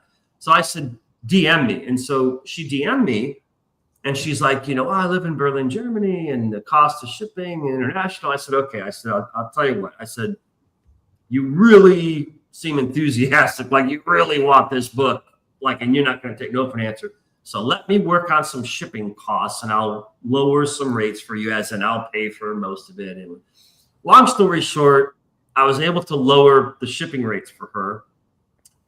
So we sent her like a box.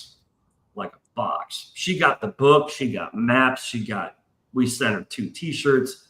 We loaded her the fuck up. And so she did an unboxing video, whatever, when she got it a year and a half ago. And it was fucking great. Well, before her unboxing video, we you see pictures of her on Twitter and stuff. Everyone thought it was fake. I had friends. They're like, dude, this chick, this isn't her. I'm like, I'm telling you, I think it's really her. I've talked with her a lot. They're like, dude, there's no way. Look at her. And I said, dude, I mean, the music guy, Professor Vichy, he was the one who gave me. She's like, you wish she doesn't look like this. This is a filter or whatever. No one believed it was her. And so as I got to know her over like the course of a year, and she doesn't put her like 2 years ago, she never showed herself. She really was very private that way, As I got to know her, then I was kind of curious, because you know how Twitter and the internet is. It's like all chicks are fucking fake, it seems like. They're all using filters and this and that.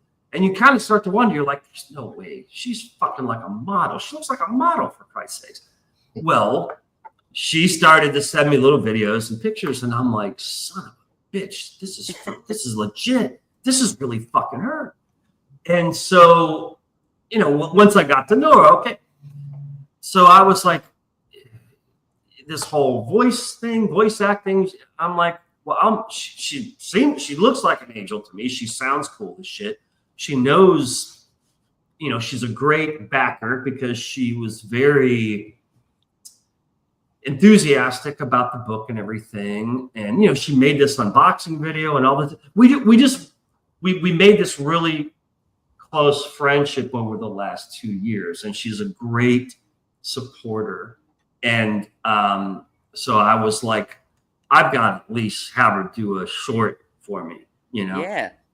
Now, the thing that's so cool about, well, okay, here we go. You want to see a really cool video? We'll go to her channel because she's got a channel. You got a few minutes, Christy? No, of course. Yeah, you guys were just talking about the fog. Okay, well, okay, okay. Well, we mentioned conspiracy theories, and so I was like, well, if you want conspiracy theories, hit up Danny. She'll talk about the fog. So she does all these. See her here. Now, Danny Mysteries on. The thing about Danny though is you're talking about, oh, is this real chick? She a fake chick? Danny lately has gotten really into the AI stuff, so she's making all these crazy AI videos. So okay, fun. I'll explain. Okay, but let me try to. Where's the one?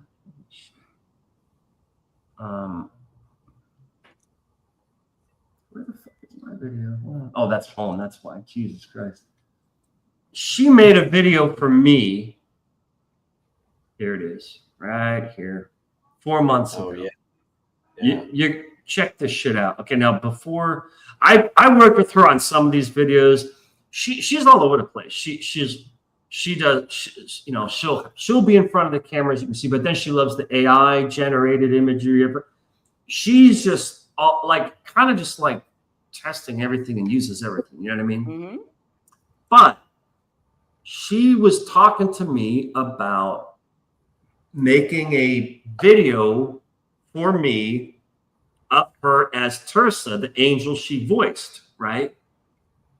And I'm like, okay. And so I kind of worked with her. And like I said, this was her idea. I didn't ask her. She, you know, basically told me, okay. Well, like she ordered like a wig and a costume and a backdrop and all this fucking shit. And I was like, whoa. I said, I don't have that much money. I can't pay you a ton. I said, what are you doing? You know what I mean? No, it's okay. I return it all and it's all free. And I'm like, what? And she's like, I have it for so long. I film it and then I return to Amazon. I'm like, okay, whatever. But I'm like, I got to pay something. You know, well, okay, I'm going to have to remember that technique, though, if I want to use some equipment. Be careful, though, because they'll label you a serial returner and cancel your account. Right. Okay. Only when I really, really need it. Right.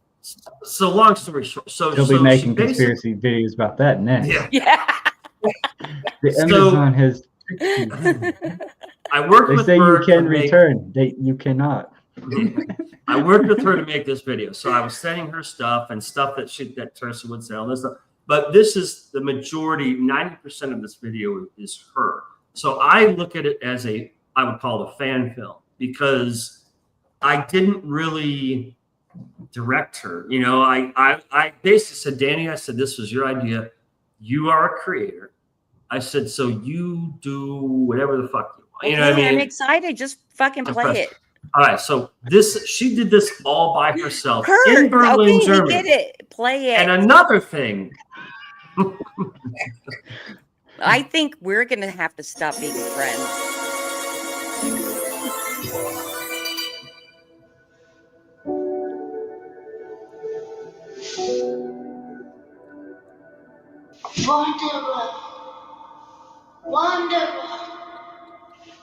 Wanderer,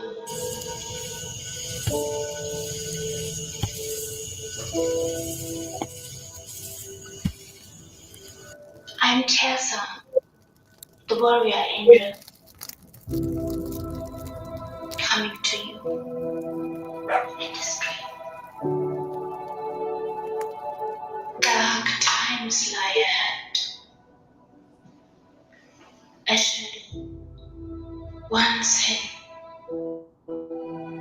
is now spreading across the horizon of this world. You, wanderer, have sensed this for quite some time.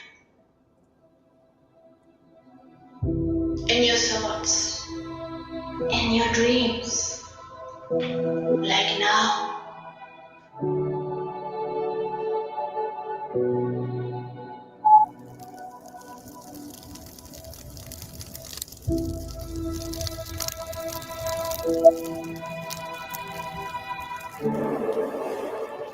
And now you're beginning to see the traces of this growing darkness rising all over this beautiful world. I've come to you with a warning. You walk the path between darkness and light, as many of your people do. But time will come when you must choose between darkness and light. But I fear your heart will be drawn to the lure of temptation. The false promises the darkness shall whisper.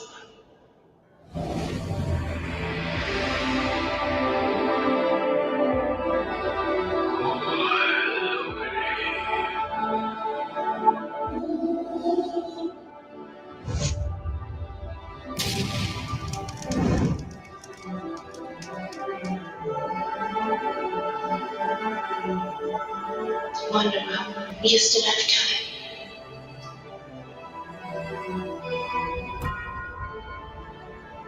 There's forgiveness for you. Important is what is in your heart. At the end of your road. So choose the right path, because sadly, we are in a spiritual war between demons and angels.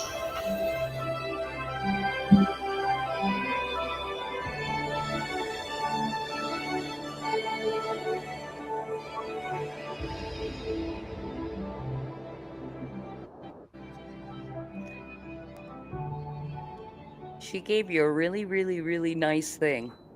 What Yeah. a Isn't gift. that crazy? Yeah.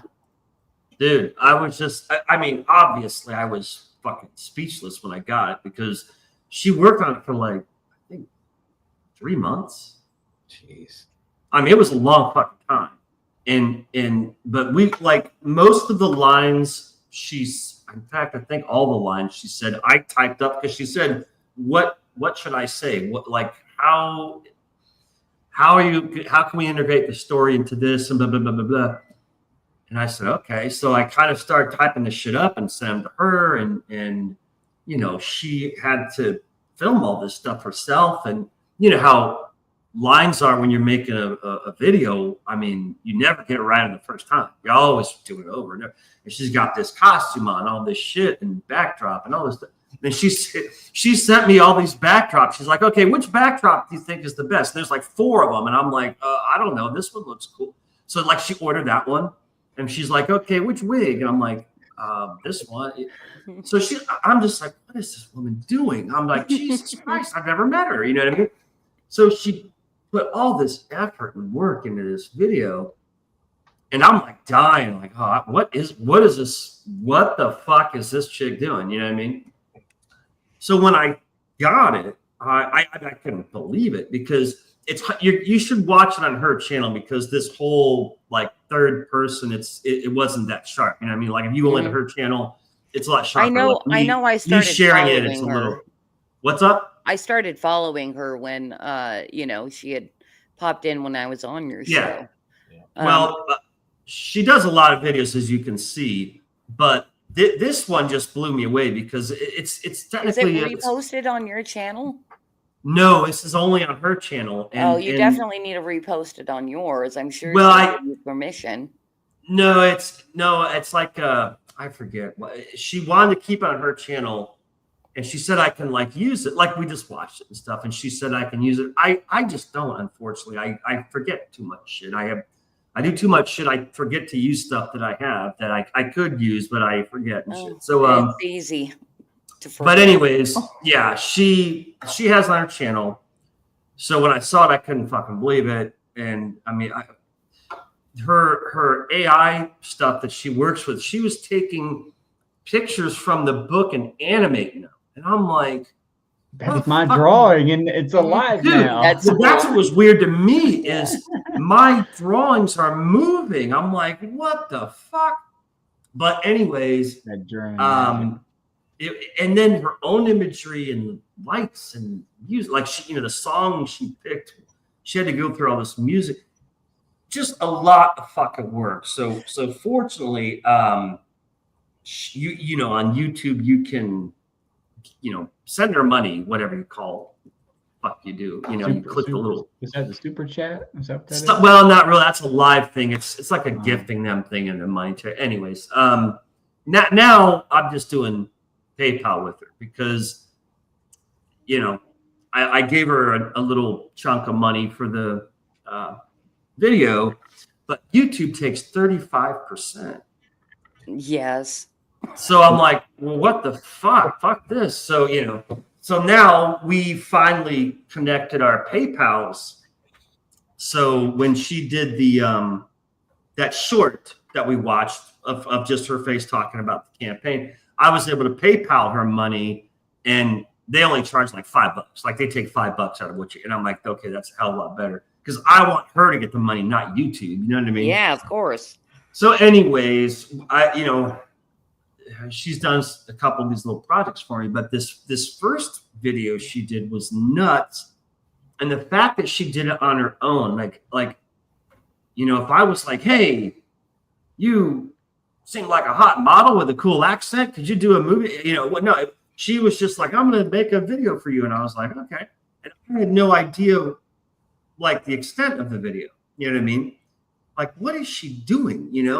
And she's sending me pictures of wigs and sets and costumes. And I'm like, it was just, I'm like, I don't know what to expect. So once I saw it, I just couldn't believe it, because not only does she look cool as shit and music and imagery, but then she's animating pictures of my book and putting all this stuff in there. I'm just like, so to me, this is the definition of a fan film.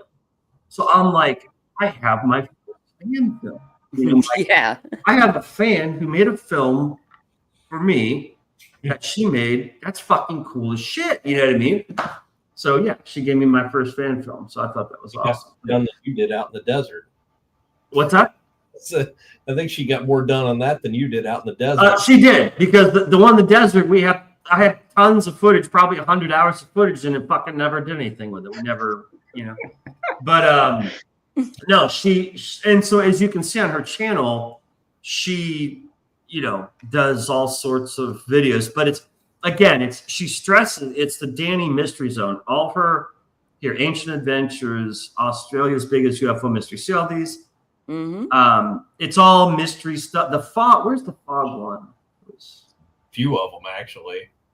Are they, am I missing them? Oh yeah, right there. Top right. Top yeah. This? Yeah. Oh, here, the Dangerous Fog. Okay. Dangerous Fog. Right.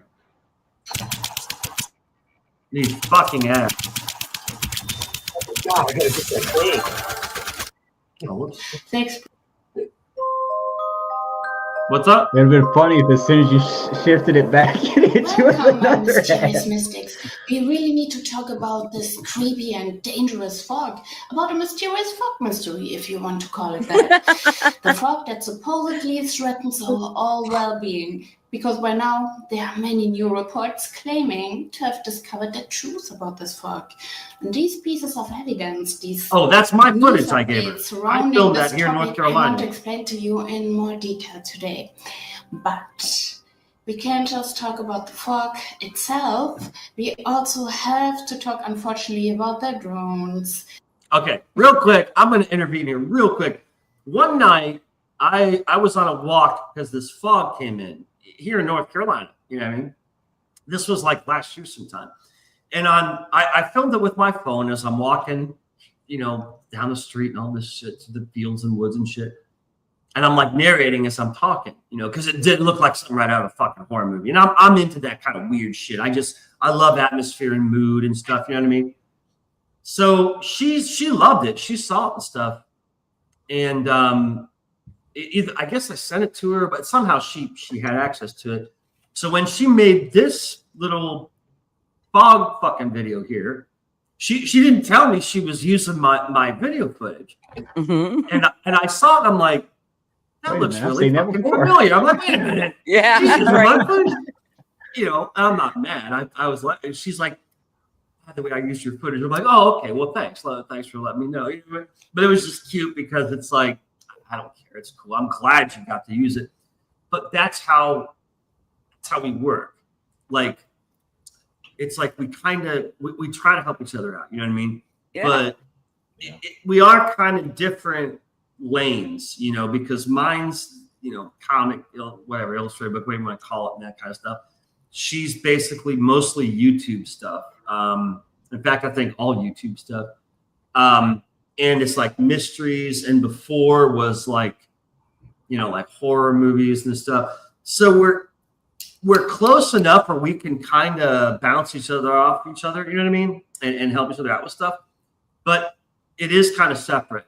So it's cool because I like having that little degree of separation. You know what I mean? As opposed to, let's say she was let's say she was doing the same fucking thing as me, doing a comic and crowdfunding. Well, then she's competition.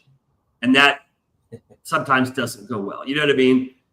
This way we have our own separate things, but it's like the same kind of arena. You know what I mean? So doesn't she translate comics or something as one of her yes or something? Ironically, her day job, what do you want to call it? At least it was. I'm not sure about now, but she is a translator. She speaks like 3 fucking languages, and her job was these old comics, and we're talking like from like the fucking World War II era, like 40s and 50s and shit.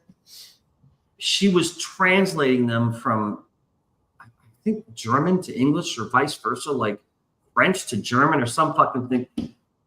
That's why she got so excited about your book when she first saw it. Because yes and no, but she showed me the work.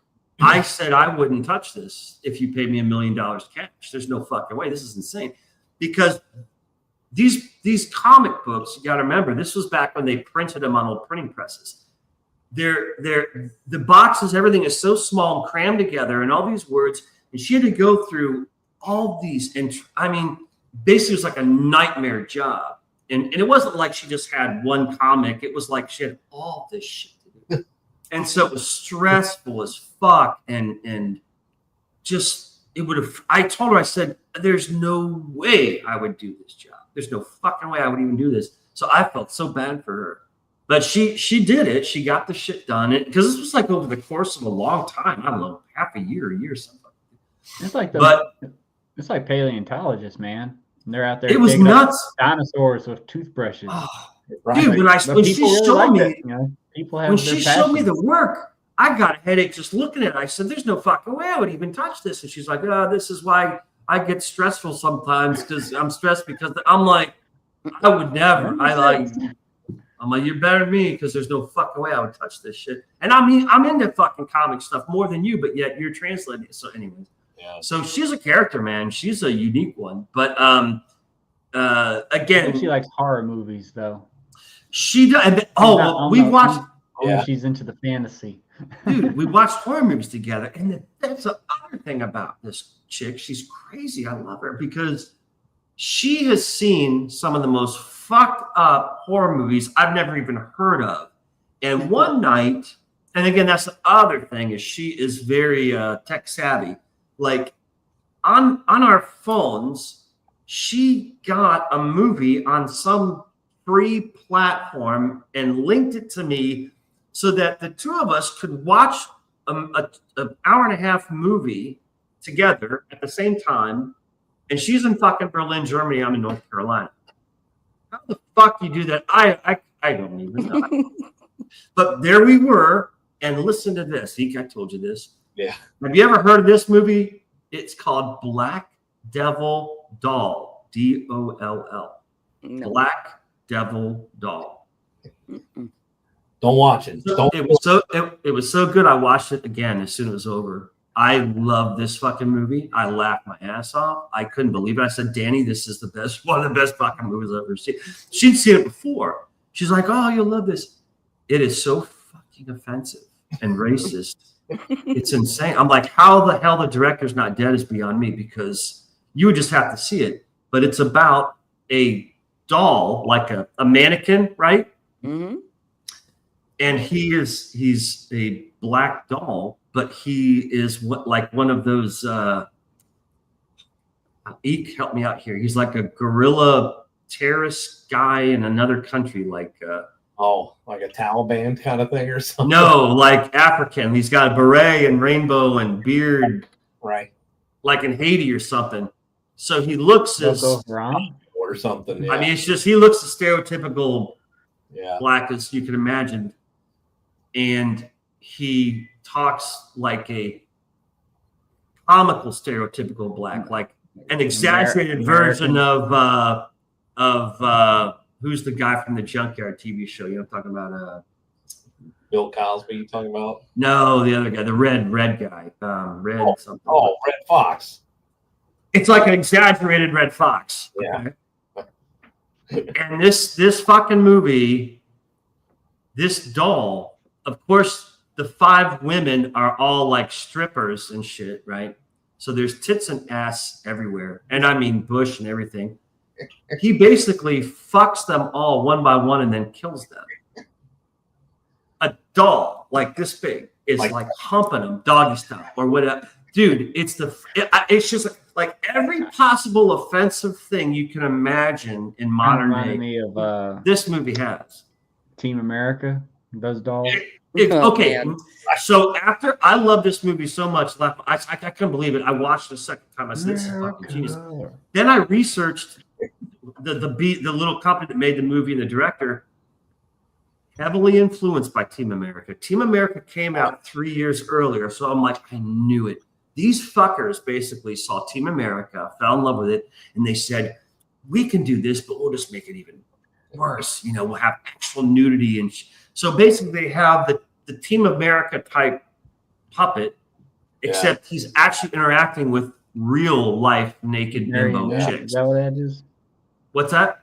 Aren't they called marionettes? Well, in Team America, they were marionettes. In this movie, he's an actual doll, like a mannequin that sits on your knee and talks. You know what I mean? It was the people who made South Park that did Team America, but we all love it, but they absolutely hated it, and they swore they would never make a second because the dolls were so difficult. Well, this unknown B movie, I've never heard of it, and it is clearly B movie. The budget's probably like $10,000, but I'm telling you, man, it was so fucking entertaining. I couldn't believe it. I watched it a second time, and I'm like, Danny, where do you get this shit from? Right. So she really is into some weird movies, but fucking, I loved it. I was like, she watched that movie in some Twitter group, you know what I mean? And big surprise, half the group got offended. I'm like, do you think, was there any black chicks on there? Because, and of course there was. I'm like, well, Danny, hopefully that was good. But that's why I said, well, you got to watch movies like this with me because I love that offensive shit. The more offensive, the better. Well, boy, did I get my fucking wish because I was like pissing myself. I'm like, I can't believe they didn't move this. I mean, you know how many times they said the N-word in this movie? I'd say about 50, 60, 70. Oh, it's insane. I mean, it's like anything and everything goes you can imagine. Every possible offensive thing, sexually, violently, whatever, is in this fucking movie, but it's fucking hilarious. And I was like, Danny, thank you so much for fucking introducing this movie to me because this is fucking great.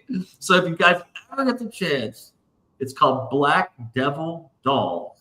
And I'm telling you, like Eek, you'd piss yourself, dude. You would love it. Dude, this is your kind of movie, and I fucking loved it. But you would like love it twice as much as me. Right. So, anyways. It is still visible in the sky somewhere.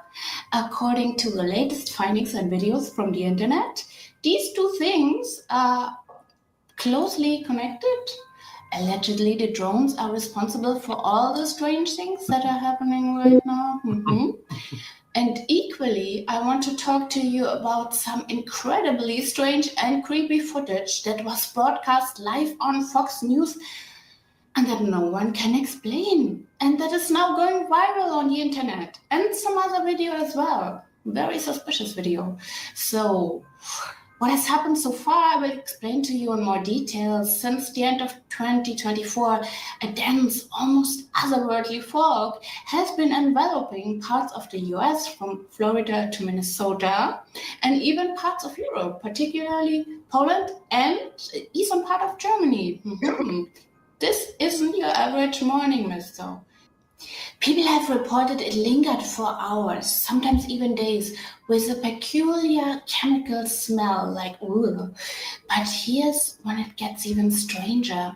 This fog leaves behind a white residue, almost like a fine dust or powder. What's causing this? Well, one theory that has been swirling around social media is its connection to recent drone sightings.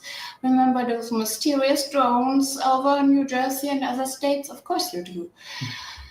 Some are now speculating that these drones might be dispersing something into the air that forms this fog, like, chemtrails.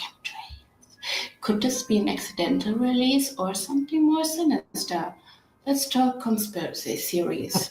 The term Fogwit 24 has been coined by some on the internet, suggesting this could be a new kind of biological or chemical weapon test. They draw parallels to historical events like Operation Sea Spray, where in 1950 the US Navy tested biological agents over San Francisco. Now add drones to the mix, and you've got a modern day echo of that secretive experiment. But not everyone's buying into this conspiracy. Meteorologists argue that it's just a natural occurrence, intensified by the current weather patterns. They explain that fog can absorb pollutants, which might account to the chemical smell. And about the white residue, well, salt particles, aerosols, residue, well, it's all in the fog. Yet the timing and the density of the fog, this is what fuels the skepticism. Why now? Why does it seem so different from any fog we've seen before? Some residents have even reported health issues after brief exposure: scratchy throat, coughing, nausea, vomiting, headache, eye irritation, and more, leading to the theories of chemical fog. Adding to the mystery, individuals have found their air filters caked with residue unusually quickly, further stoking fears of something unnatural at play. Could this be an intentional act, perhaps testing public reaction or even capabilities? How much we can take, or is it just nature playing tricks on us, amplified by human activity?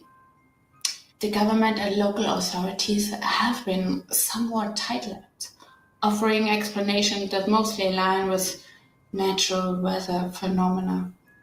But with the history of secretive experiments and the current drone activity and more, trust is thin. People are demanding answers. I find it quite interesting, and there are indeed strange videos showing this. Sometimes people confuse planes with drones and contrails with fog. But at the same time, I have to say, I find it unrealistic that a few drones in the sky, which are really just a few drones, could release so much smoke or water vapor or whatever that a dense, impenetrable fog would form. I find that relatively nonsensical, but some people firmly believe it. I'm a bit skeptical about that. In any case, let's move on to the next big news, which has to do with the drones, but also with the wildfire in the USA right now. Because in California, I think it's still going on, the devastating wildfires and very suspicious wildfires, I might add, that are spreading more and more. So, and Fox News has, like all the other news outlets, reported on this. And while they were filming the flames, Fox News needs to hire. You suddenly could see an object flying much too fast inside the flames, flying past the smoke and disappearing at the edge of the screen. And this object that flew past behaved exactly like the drones we have seen in the last few weeks.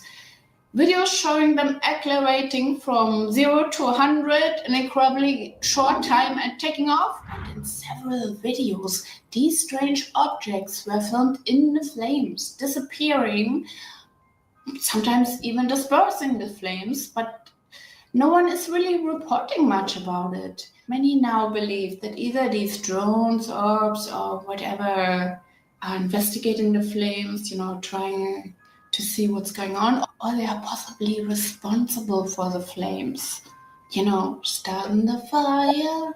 But why did they do it? I don't know. I have my theories, but yeah, many people on the internet are speculating. The general public, probably not. But yeah, they are saying the drones and the UFOs must have to do something with the wildfires and also with the fog. So everything seems to be connected right now, but it's just a wild speculation so far. But here in the Mystery Zone, we like this kind of stuff. We're all about exploring the mysteries, not solving them. So the truth might be lying somewhere in the middle between natural occurrence and human intervention, and maybe alien. So for sure, this fog is nothing like we've seen before, no Silent Hill, or maybe a truly Silent Hill fog, who knows? But what you think, drop in the comments below. Let me not alone with this mystery. And don't forget to like, comment. Hopefully you've already subscribed. And the little bell will bring you a notification for the next video from the Dani Mystery Zone. So then we can explore together.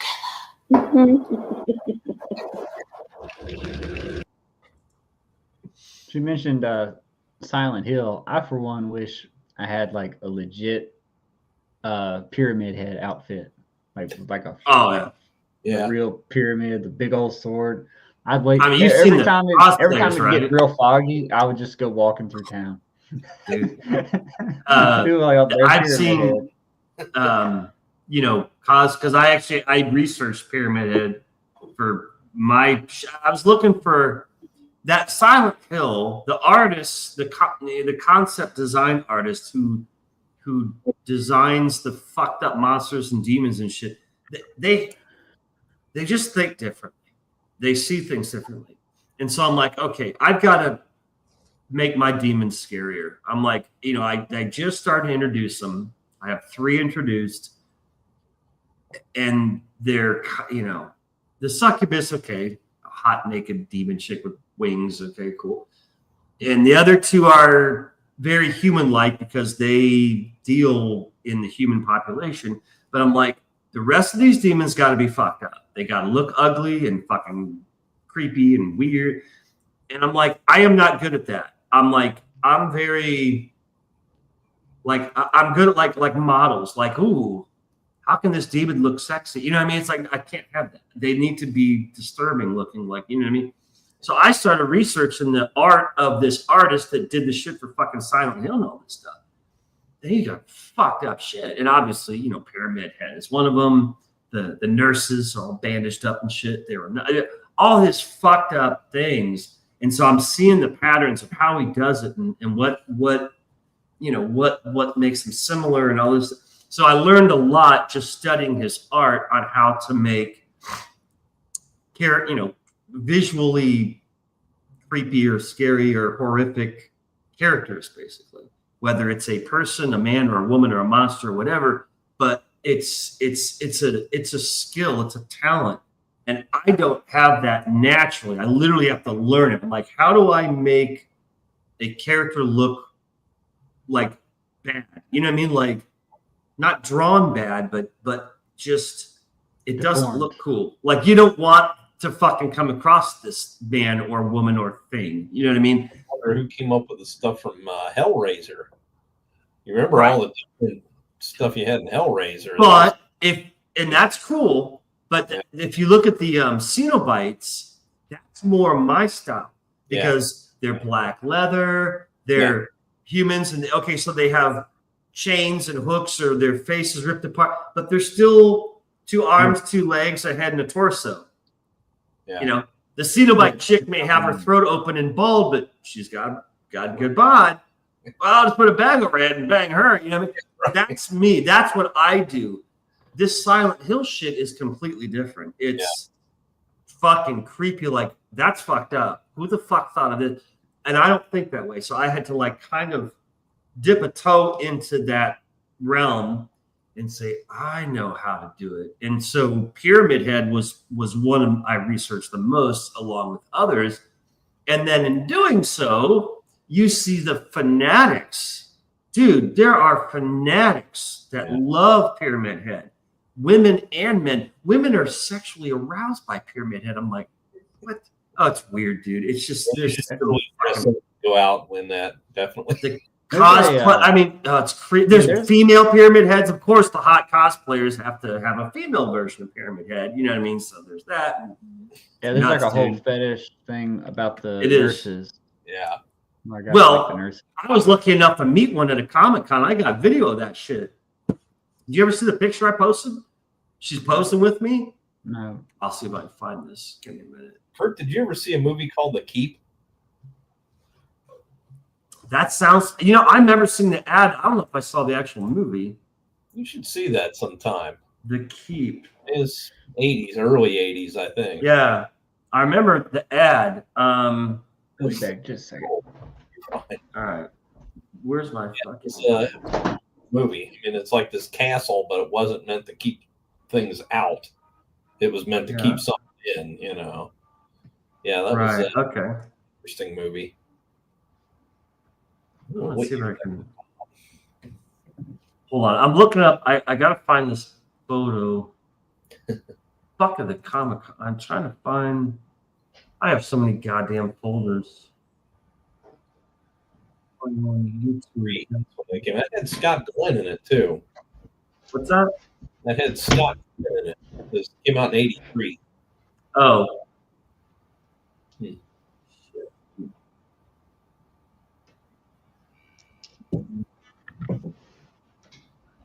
Fuck, I have no idea. Son of a bitch. I may have moved that.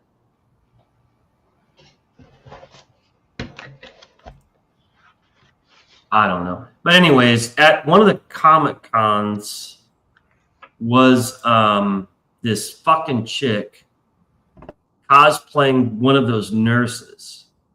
And dude, this chick, I mean, she had it down. The movements, the way they walked. I couldn't fucking believe it. So I videoed her, and she played like she stopped and turned her head weird and looked because she knew I was filming. It was so fucking cool. I'm like, who the fuck is this shit? And so I guess my brother went over and asked her, hey, when you're free later, can you come by and pose with him for a couple pictures? He thinks you're cool as shit. And so she did. Yeah. And of course I can't fucking find it. But I got it. There it is. Oh, what a fucking hottie. Dude, you'll see. Yeah, this was. Let's see if I can blow this up. Let me see. Am I sharing it yet? No. All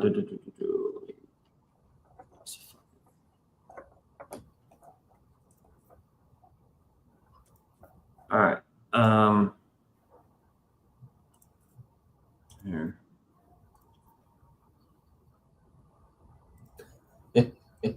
You see that? That's funny. Yeah. Oh, that's good, man. You put some work. Isn't that cool? Yeah. Dude, check her out. There's a guy. But dude, look, check her out, dude. She was hot. She was. I mean, I know she looks gross, but just check out, dude. I'm telling you, when she's got a knife in my throat. Yeah. And she, my brother was like, "Oh, let me get some pictures of you." And so she's like standing next to me, and behind her mask, she has her mask on, but she like leans in and she's like in this cute fucking gentle like Southern voice. She's like, what did she say? She's like, do you mind if I put my arm around you? And I said, baby, you do whatever you want to me. I said, I am all yours. You know what I mean? And so she kind of giggled and she put her arm, and I'm just like, dude, I said, can I put my arm around your waist? She's like, please do. I'm like, oh, I'm grabbing at her, running. I'm just going to grab her and fucking run, man. I'm like, I don't know who I don't care what she looks like. I don't know. Keep the mask on for like, if a shit, I'll bang you all fucking night. But it was just like, dude, her waist was so like tight and little. I'm just like, this is probably a fucking 18-year-old. Like, because I don't know. I'm like, you can't tell. You know what I mean? Yeah. She could be 40 for all I know, or she could be a fucking minor for all I know. But I was just like, oh God, I wish to hell somehow I could get this chick's number, because she was so sweet and so nice. You know what I mean? She was so polite. And I was just like, but you can't, There's a guy on YouTube. His name's AJ Good. Mm-hmm. And his channel is the House of Masks. It's a really cool channel. If you ever check it out. And well, I'll have to the video. I don't know. It's on my phone. I'd have to transfer it or whatever.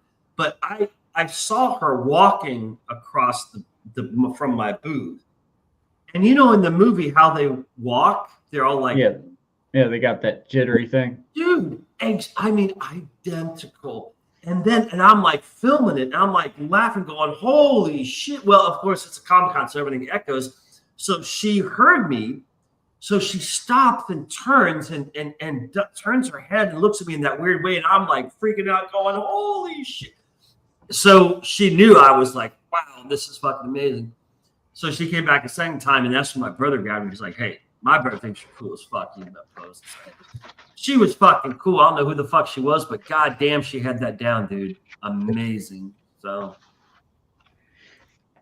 Comic-Cons can be fun. Yeah, I was talking about that guy AJ Good. He's got he bought a mannequin and then like went in. He's a real artistic guy. And he went in and like he bought like a nurse outfit and then stained it, made it real dirty, and put it on the mannequin, and then went in and painted all the arms and legs to make it really like lively with the veins and the blood and all that, and real gritty. And he got like a mask, and basically at his house he's got a life-sized mannequin nurse of one of those in the corner. Just like it just looks like that lady that you met. It's like she's standing in the corner. I'm telling you, if you just start, the internet, it's like going down a rabbit hole. Google Pyramid Head, and that leads you to this, leads you to this. You start seeing this, but dude, these cosplayers are nuts for Pyramid Head. I mean, so many guys play him, and the thing is they all look fucking incredible. Like all the cosplayers that cosplay this shit, their stuff is such fucking high tier. It's amazing. You know what I mean? Like the guys playing him are actually buffed dudes because they're walking around with no shirt on. You know what I mean? It's not like some fat kid or some scrawny kid. It's like, no, if this dude's fucking buffed, and he's got blood all over in the fucking pyramid and the fucking sword. And then, of course, the chicks, the female pyramid heads, are fucking perfect bods, big tits. I mean, it's just like fucking incredible. These cosplayers are nuts, man. I really have grown to respect cosplayers because at first, I think Eka said this or told somebody, at first I thought it was basically OnlyFans chicks who would buy outfits and then, prance to the Comic Cons and flirt and make money. No, was I wrong? Yeah. Wearing the outfit is like one thing, but there's certain characters from movies or shows or whatever. Like you've got to have the right body type to pull it off, and when the right body type pulls it off, like man, some of the top U.S. cosplayer chicks, they're on Twitter and they're all social media, and like I saw the one and I'm like, okay, well, so YouTube channel, of course, and videos. This chick is in a fucking garage with welding equipment and shit, and she's in fucking padding and she's dirty and all this. And this is a hot chick. She's fucking hot. She's like a 10, but she's got her hair back and welding equipment, gloves, and dirt, and the garage is all shitty, and fucking she's like welding crap and melting plastic and making what do you call it, the fucking molds, pouring shit in molds, and all this like industrial crap. And it's her fucking shield and her sword and her armor and her this and her fucking that. And so these chicks, they don't just buy stuff because it has to fit their body perfect. Yeah, a lot of the it's form fitting. Dude, everyone I saw makes it, but not just the costumes. Literally from like the shoes up, right? They're making out of plastics and cloths and all this shit.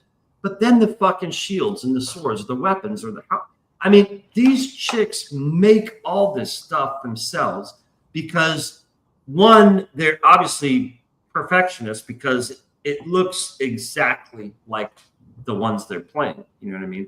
Down to the minutest detail. And I'm a detail freak, so I'm looking and I'm like, son of a bitch, these chicks are good. They're getting little fucking details. It's like I was watching a thing recently of a guy. He had a Juggernaut, X-Men villain Juggernaut. He had a cosplay of that, and it was awesome because he had this full-on super suit thing that he was putting on. He had like a jumbo like suit that he was in, and his arms were in it, so that where his hands were basically like here on the arms.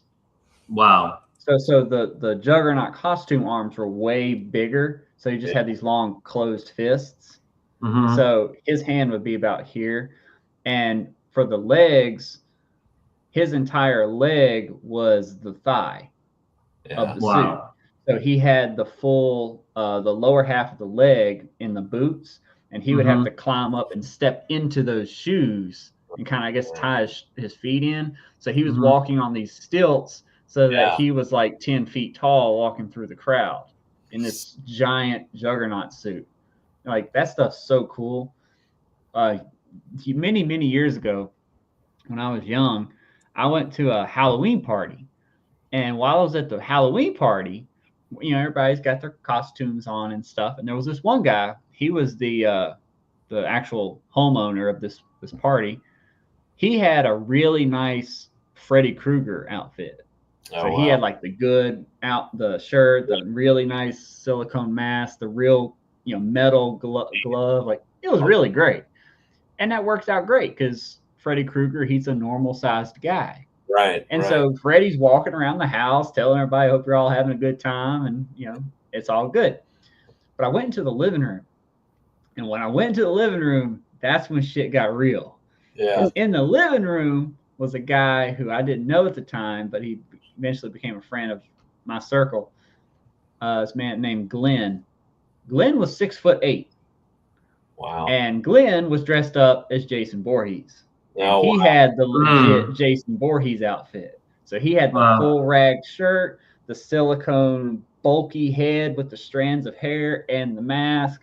And so I walk into the living room, and there's this 6'8". Well, I guess because he had like platform boots on, he was probably closer to 6'10", 6'11", standing in this living room, and he's like, a normal sized house. He's almost at the ceiling. He's having to like duck underneath the ceiling fan in the middle of the living room. And so there's just massive Jason Voorhees. And this was right at the time when the Freddy versus Jason movie had come out. Yeah. So there's Jason coming through the living room, and then around the corner comes the host of the party dressed as Freddy. That's cool. So everybody was, getting photos of them and stuff. So check out that here. Let's look at this real quick. Okay, so the music starts. There you go. There you go. Look at this shit. Yeah, when it comes to like cosplay, you have to be either super great or really cheesy and poor. Like if your costume is terrible and it's like made of like cardboard and blue like masking tape, and it just looks super crappy. Like people love it. It's like I see what you're doing. Yeah. So either perfect good or perfect bad. If you're just kind of in the middle, nah. Yeah, they're a league of their own, man.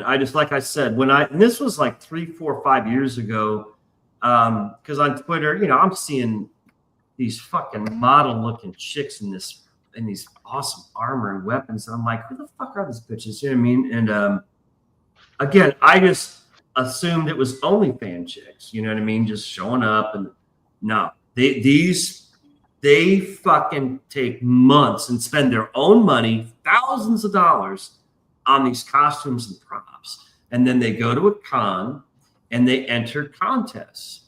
And if they're lucky, they hit the top 3, which is usually cash prizes. Like a lot of these Comic Cons, the number 1 prize is like $10,000. So, oh yeah. So, hot chick A who just spent $5,000 on her outfit flies to the con and gets number 1, where she grabs 10 grand. So you know what I'm saying? Yeah. And then they obviously, every fucking guy who's straight is getting info from her and stuff. So they can do whatever events, Comic Cons, and if they're getting paid, so they can make good money doing this, but it's hard work. And because the other thing is they show what these fucking chicks wear. And dude, I mean, not just the wigs and the hair, it's always big, huge wigs, right? Now think about that. You know how fucking hot that is. Yeah. So it's pinned to their fucking head. Okay. Then they have fake eyelashes and fake this and fake that and all this fucking shit they're clipping and taping, and then their boobs have to be just perfect under the armor and the fucking high-heeled boots, dude, these chicks, like in an hour, are exhausted and sore. And what do they have to do? Walk Comic Cons back and forth through the crowd and the fucking dorks checking them out and accidentally bumping into posing for, dude, they're exhausted. These poor women that do these cons, that do all the, by the end of that one day, they're just like, I want to get this fucking shit off me. My head is itching or my ass is itching or whatever. It's like so you don't realize how much of a pain in the ass it is to look this hot. You know what I mean? So it's literally in the case of those chicks who had to wear thongs that long. Well, I don't know, but it's like, they earn their money is what I'm saying. It's not easy. It's like they don't just, prance in there in a little bikini and make tons of money. No, these chicks are working for months on the costume, spending thousands of dollars, all this crap they have to do. And then, think about it. Okay, if they're flying to a Comic Con, how do they bring their costume? Because, dude, these pieces are huge. They got to pull that shit with them. Yeah. So they have to FedEx on my head, one of the two. And they have to lug their fucking costumes and shit with them, whether it's flying or driving or whatever. So it's like I don't even know any fucking cosplayers. I've never actually talked to one, but just watching the amount of time and energy and money and bullshit it takes to fucking do this, I'm just like, you earned your money, bitches. I'm like, I fucking respect the shit out of you. So that's one of those things, like I said before, I'm going to be doing a video to promote my book later, a book trailer, and I'm going to be dressed up in full suit. That's something I've had to, I'm been thinking about a lot, is I'm going to be in this full suit of armor, and I'm going to have my head fully encased in a silicone mask. Yeah. That shit gets really hot in general. Oh, yeah. We'll do and summer. You best do it in the winter in those mountains. Have that snow falling on you. See, and that's the thing. Like, because I'll be filming it around my house, like down in the woods and the mountains around here. Do it in the winter. It would look during the summer. Visually look fucking great. Yeah, dude, it looks like when it's spring and summer, it looked really beautiful. Right. But my thing is, like, I hike these mountains all the time, and when it's spring and summer, I'm in shorts and my hoodie and I'm coming up pouring sweat. Yeah. So if I'm wearing a full suit of 65 pounds of armor and a silicone mask, it's going to be rough. Yeah. I highly recommend you do it in the winter. I mean, it can look visually beautiful. And the reason why I say that is just today I saw a video of, I don't know if you know, lost Zeke. There's a interesting young lady. Her name is Mint Salad. She backed both books. In fact, Mint Salad, I have no clue who this is, so I'm not letting him in.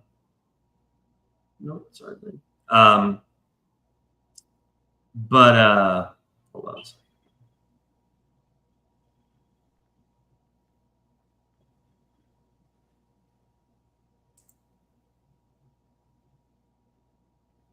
Sorry, dude. I don't know who this guy is. Oh no, we're getting bots.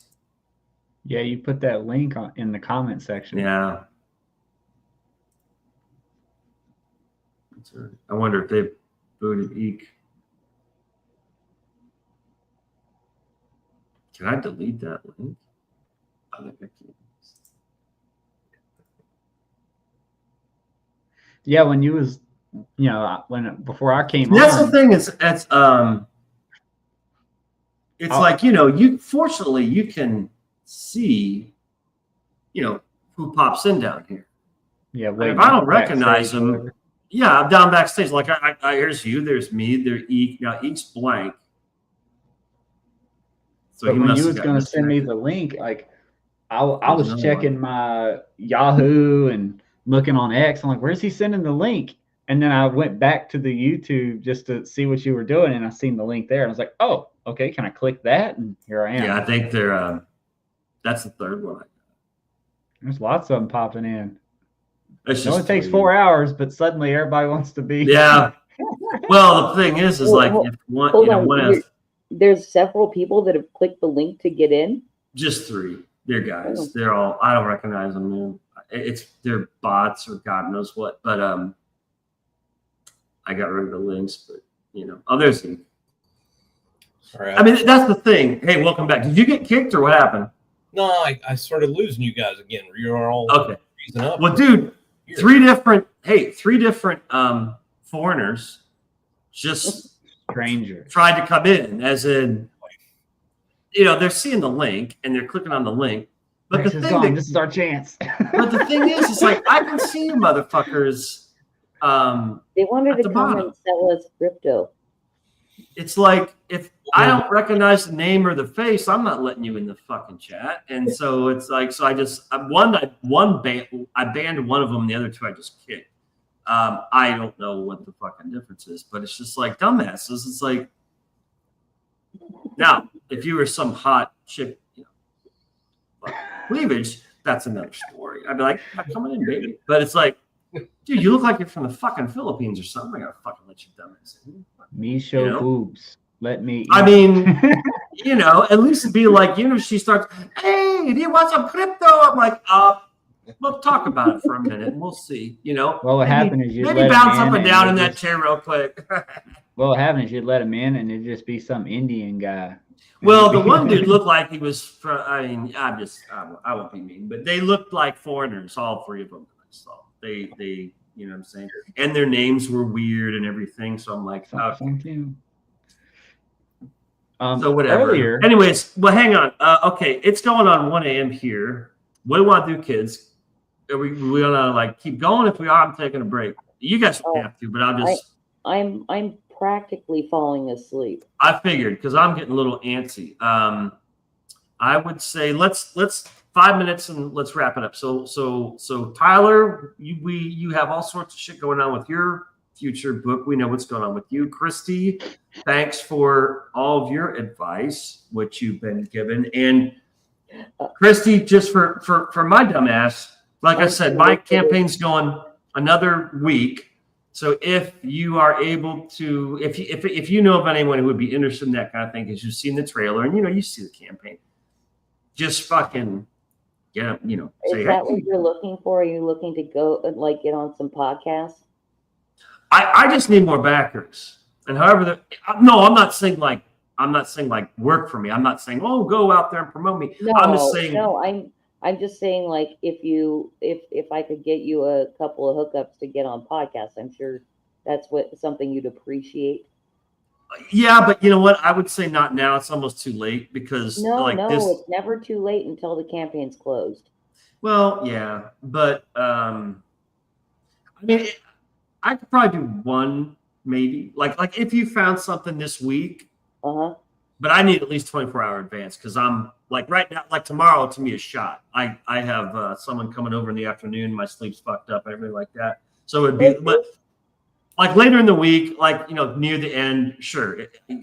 But I just meant like if you know of anyone who's into this kind of thing, just have them check out the campaign, and if they want to back, cool. Them about your campaign, of course. Yeah, that's all. I'm not expecting shit. I'm not expecting, but I'm just saying it's 1 week left, and it'd be cool to get a couple more. But I'm not holding my breath. Is all I'm saying.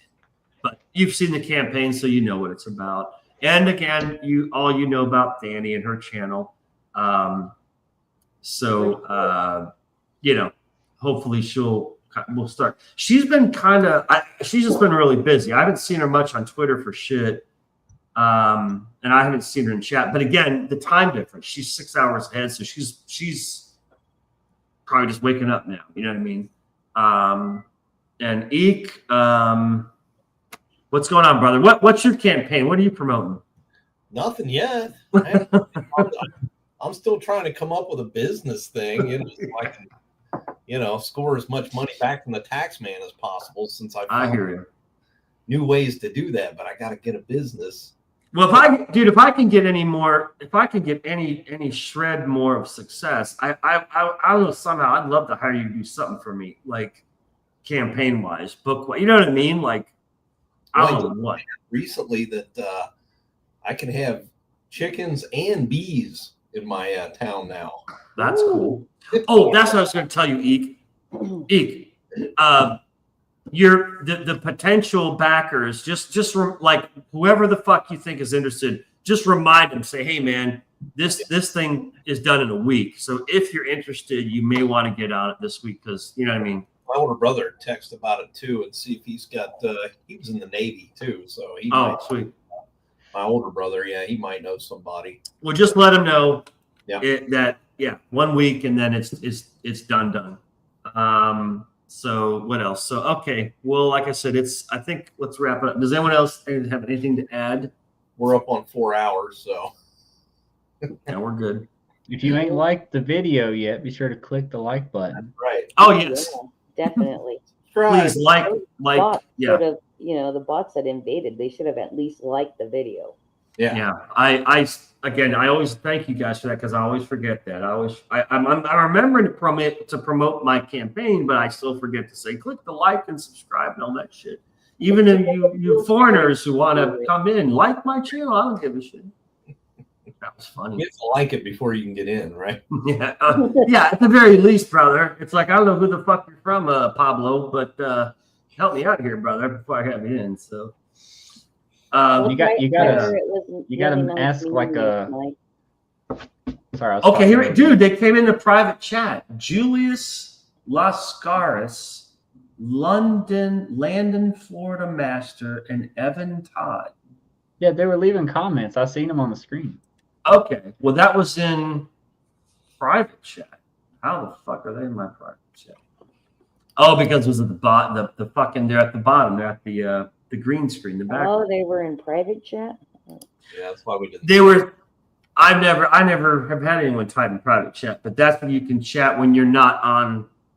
Yeah. Not like here we're live in the studio, but when you guys first come in, you're at the bottom of my screen, and I can see you, and then I bring you in to here. So these guys came in down here, and I didn't know who the fuck they were, so I'm not letting them in for shit. So whatever. All right. Well, awesome. 4 fucking hours. Do we see? This is a good crew. So Christy, thanks for coming by. I'm sorry that we bored you to death so much that you're tired and you're gonna never come on again. I got really tired of sitting at my kitchen table. I I hear came you. and sat down on my couch, and it's much more comfortable. And then I'm like, oh, now I'm like, I just want to relax. No, I hear you. No. Yeah. It was the burrito did it. Yeah, I think it was the burrito. And then I also ate some peanut butter cups as well. Ooh, yummy. God damn, that sounds good. Yeah, I'm gonna have to eat. I'm gonna eat some shitty fucking snack food now. Nothing healthy. Fuck that. But make sure you check out Big Trouble in Little China. All right. Stuff. Yeah. Go that. You like it? You would like it, dude. Yeah, Tyler, you'd like it. Yeah. Big Trouble in Little China. Kurt Russell. Mm-hmm. Well, Kurt, my suggestion for you, Kurt, would be to check out an anime called Vampire Hunter D. Yeah, I will. Yeah, I'm gonna try. Yeah. I'll do a little research on that. You can watch the whole movie on YouTube. Oh, really? Yeah. Good. Okay. Look up Vampire Hunter D movie. Vampire Hunter D. It's like 1985. All right, that's cool.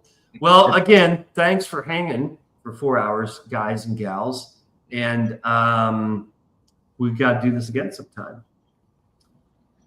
This is really cool. Yeah, I had fun. Thank you for inviting me.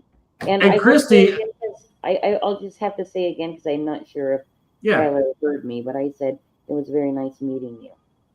Yeah. It's and nice Christy, meeting Rex, meeting Christy. Yeah, it's Christy. Obviously, it's you are welcome here anytime. And if I've actually, if you ever want to like Christy before, just not like this. Yeah. Oh yeah. Oh yeah. But if you ever want to come on and whatever, just let me know. You know what I'm saying? Oh yeah, of course. I feel welcome. So yeah, I mean, I'm sure it'll just work the same way. If I see you live on YouTube and I check in, you'll say, okay, you can come on if you want. Yep, I will do that. So just feel free to do that whenever I'm on. Okay. Yeah, absolutely. And also, Tyler, when you do, if you ever do actually, if you ever want to come on my stream and talk about your work, you're more than welcome. Okay. The Flip City. It's called Flip City. Deal with conspiracy. Yeah. Yeah. You should do it. I won't pick on the Antifa logo that time. What? What happened? The first time you came on Kurt's channel, I was in the comments. I was picking on you, and I was like, "Do you support Antifa?" Oh, what was it? What was there was the diagonal 3 arrows pointing in the background. That's and it was right, because I was on it during I remember that background now. Yeah. It was supposed to be just 3 arrows harmlessly pointing at buy this. Yeah. And I was like, whoa, are you supporting Antifa? What's up with that? you made me very you made me more aware of my design choices for the future. I was like, what the hell? What? And I'm like, oh, you're right. Very cool. All right, everyone. Well, hit the like and subscribe. If not, if you're watching this later, do it. Again, check out my campaign. It goes another week. Christie's Flip City magazine channel. Tyler's stuff coming down the road. Eek will be hanging out here again, I'm sure. And Danny Mystery Zone.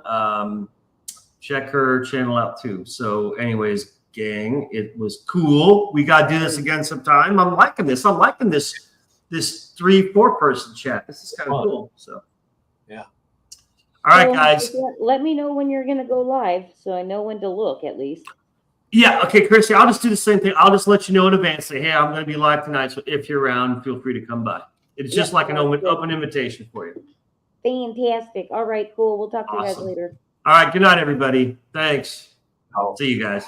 Have a good one. Bye-bye. Later.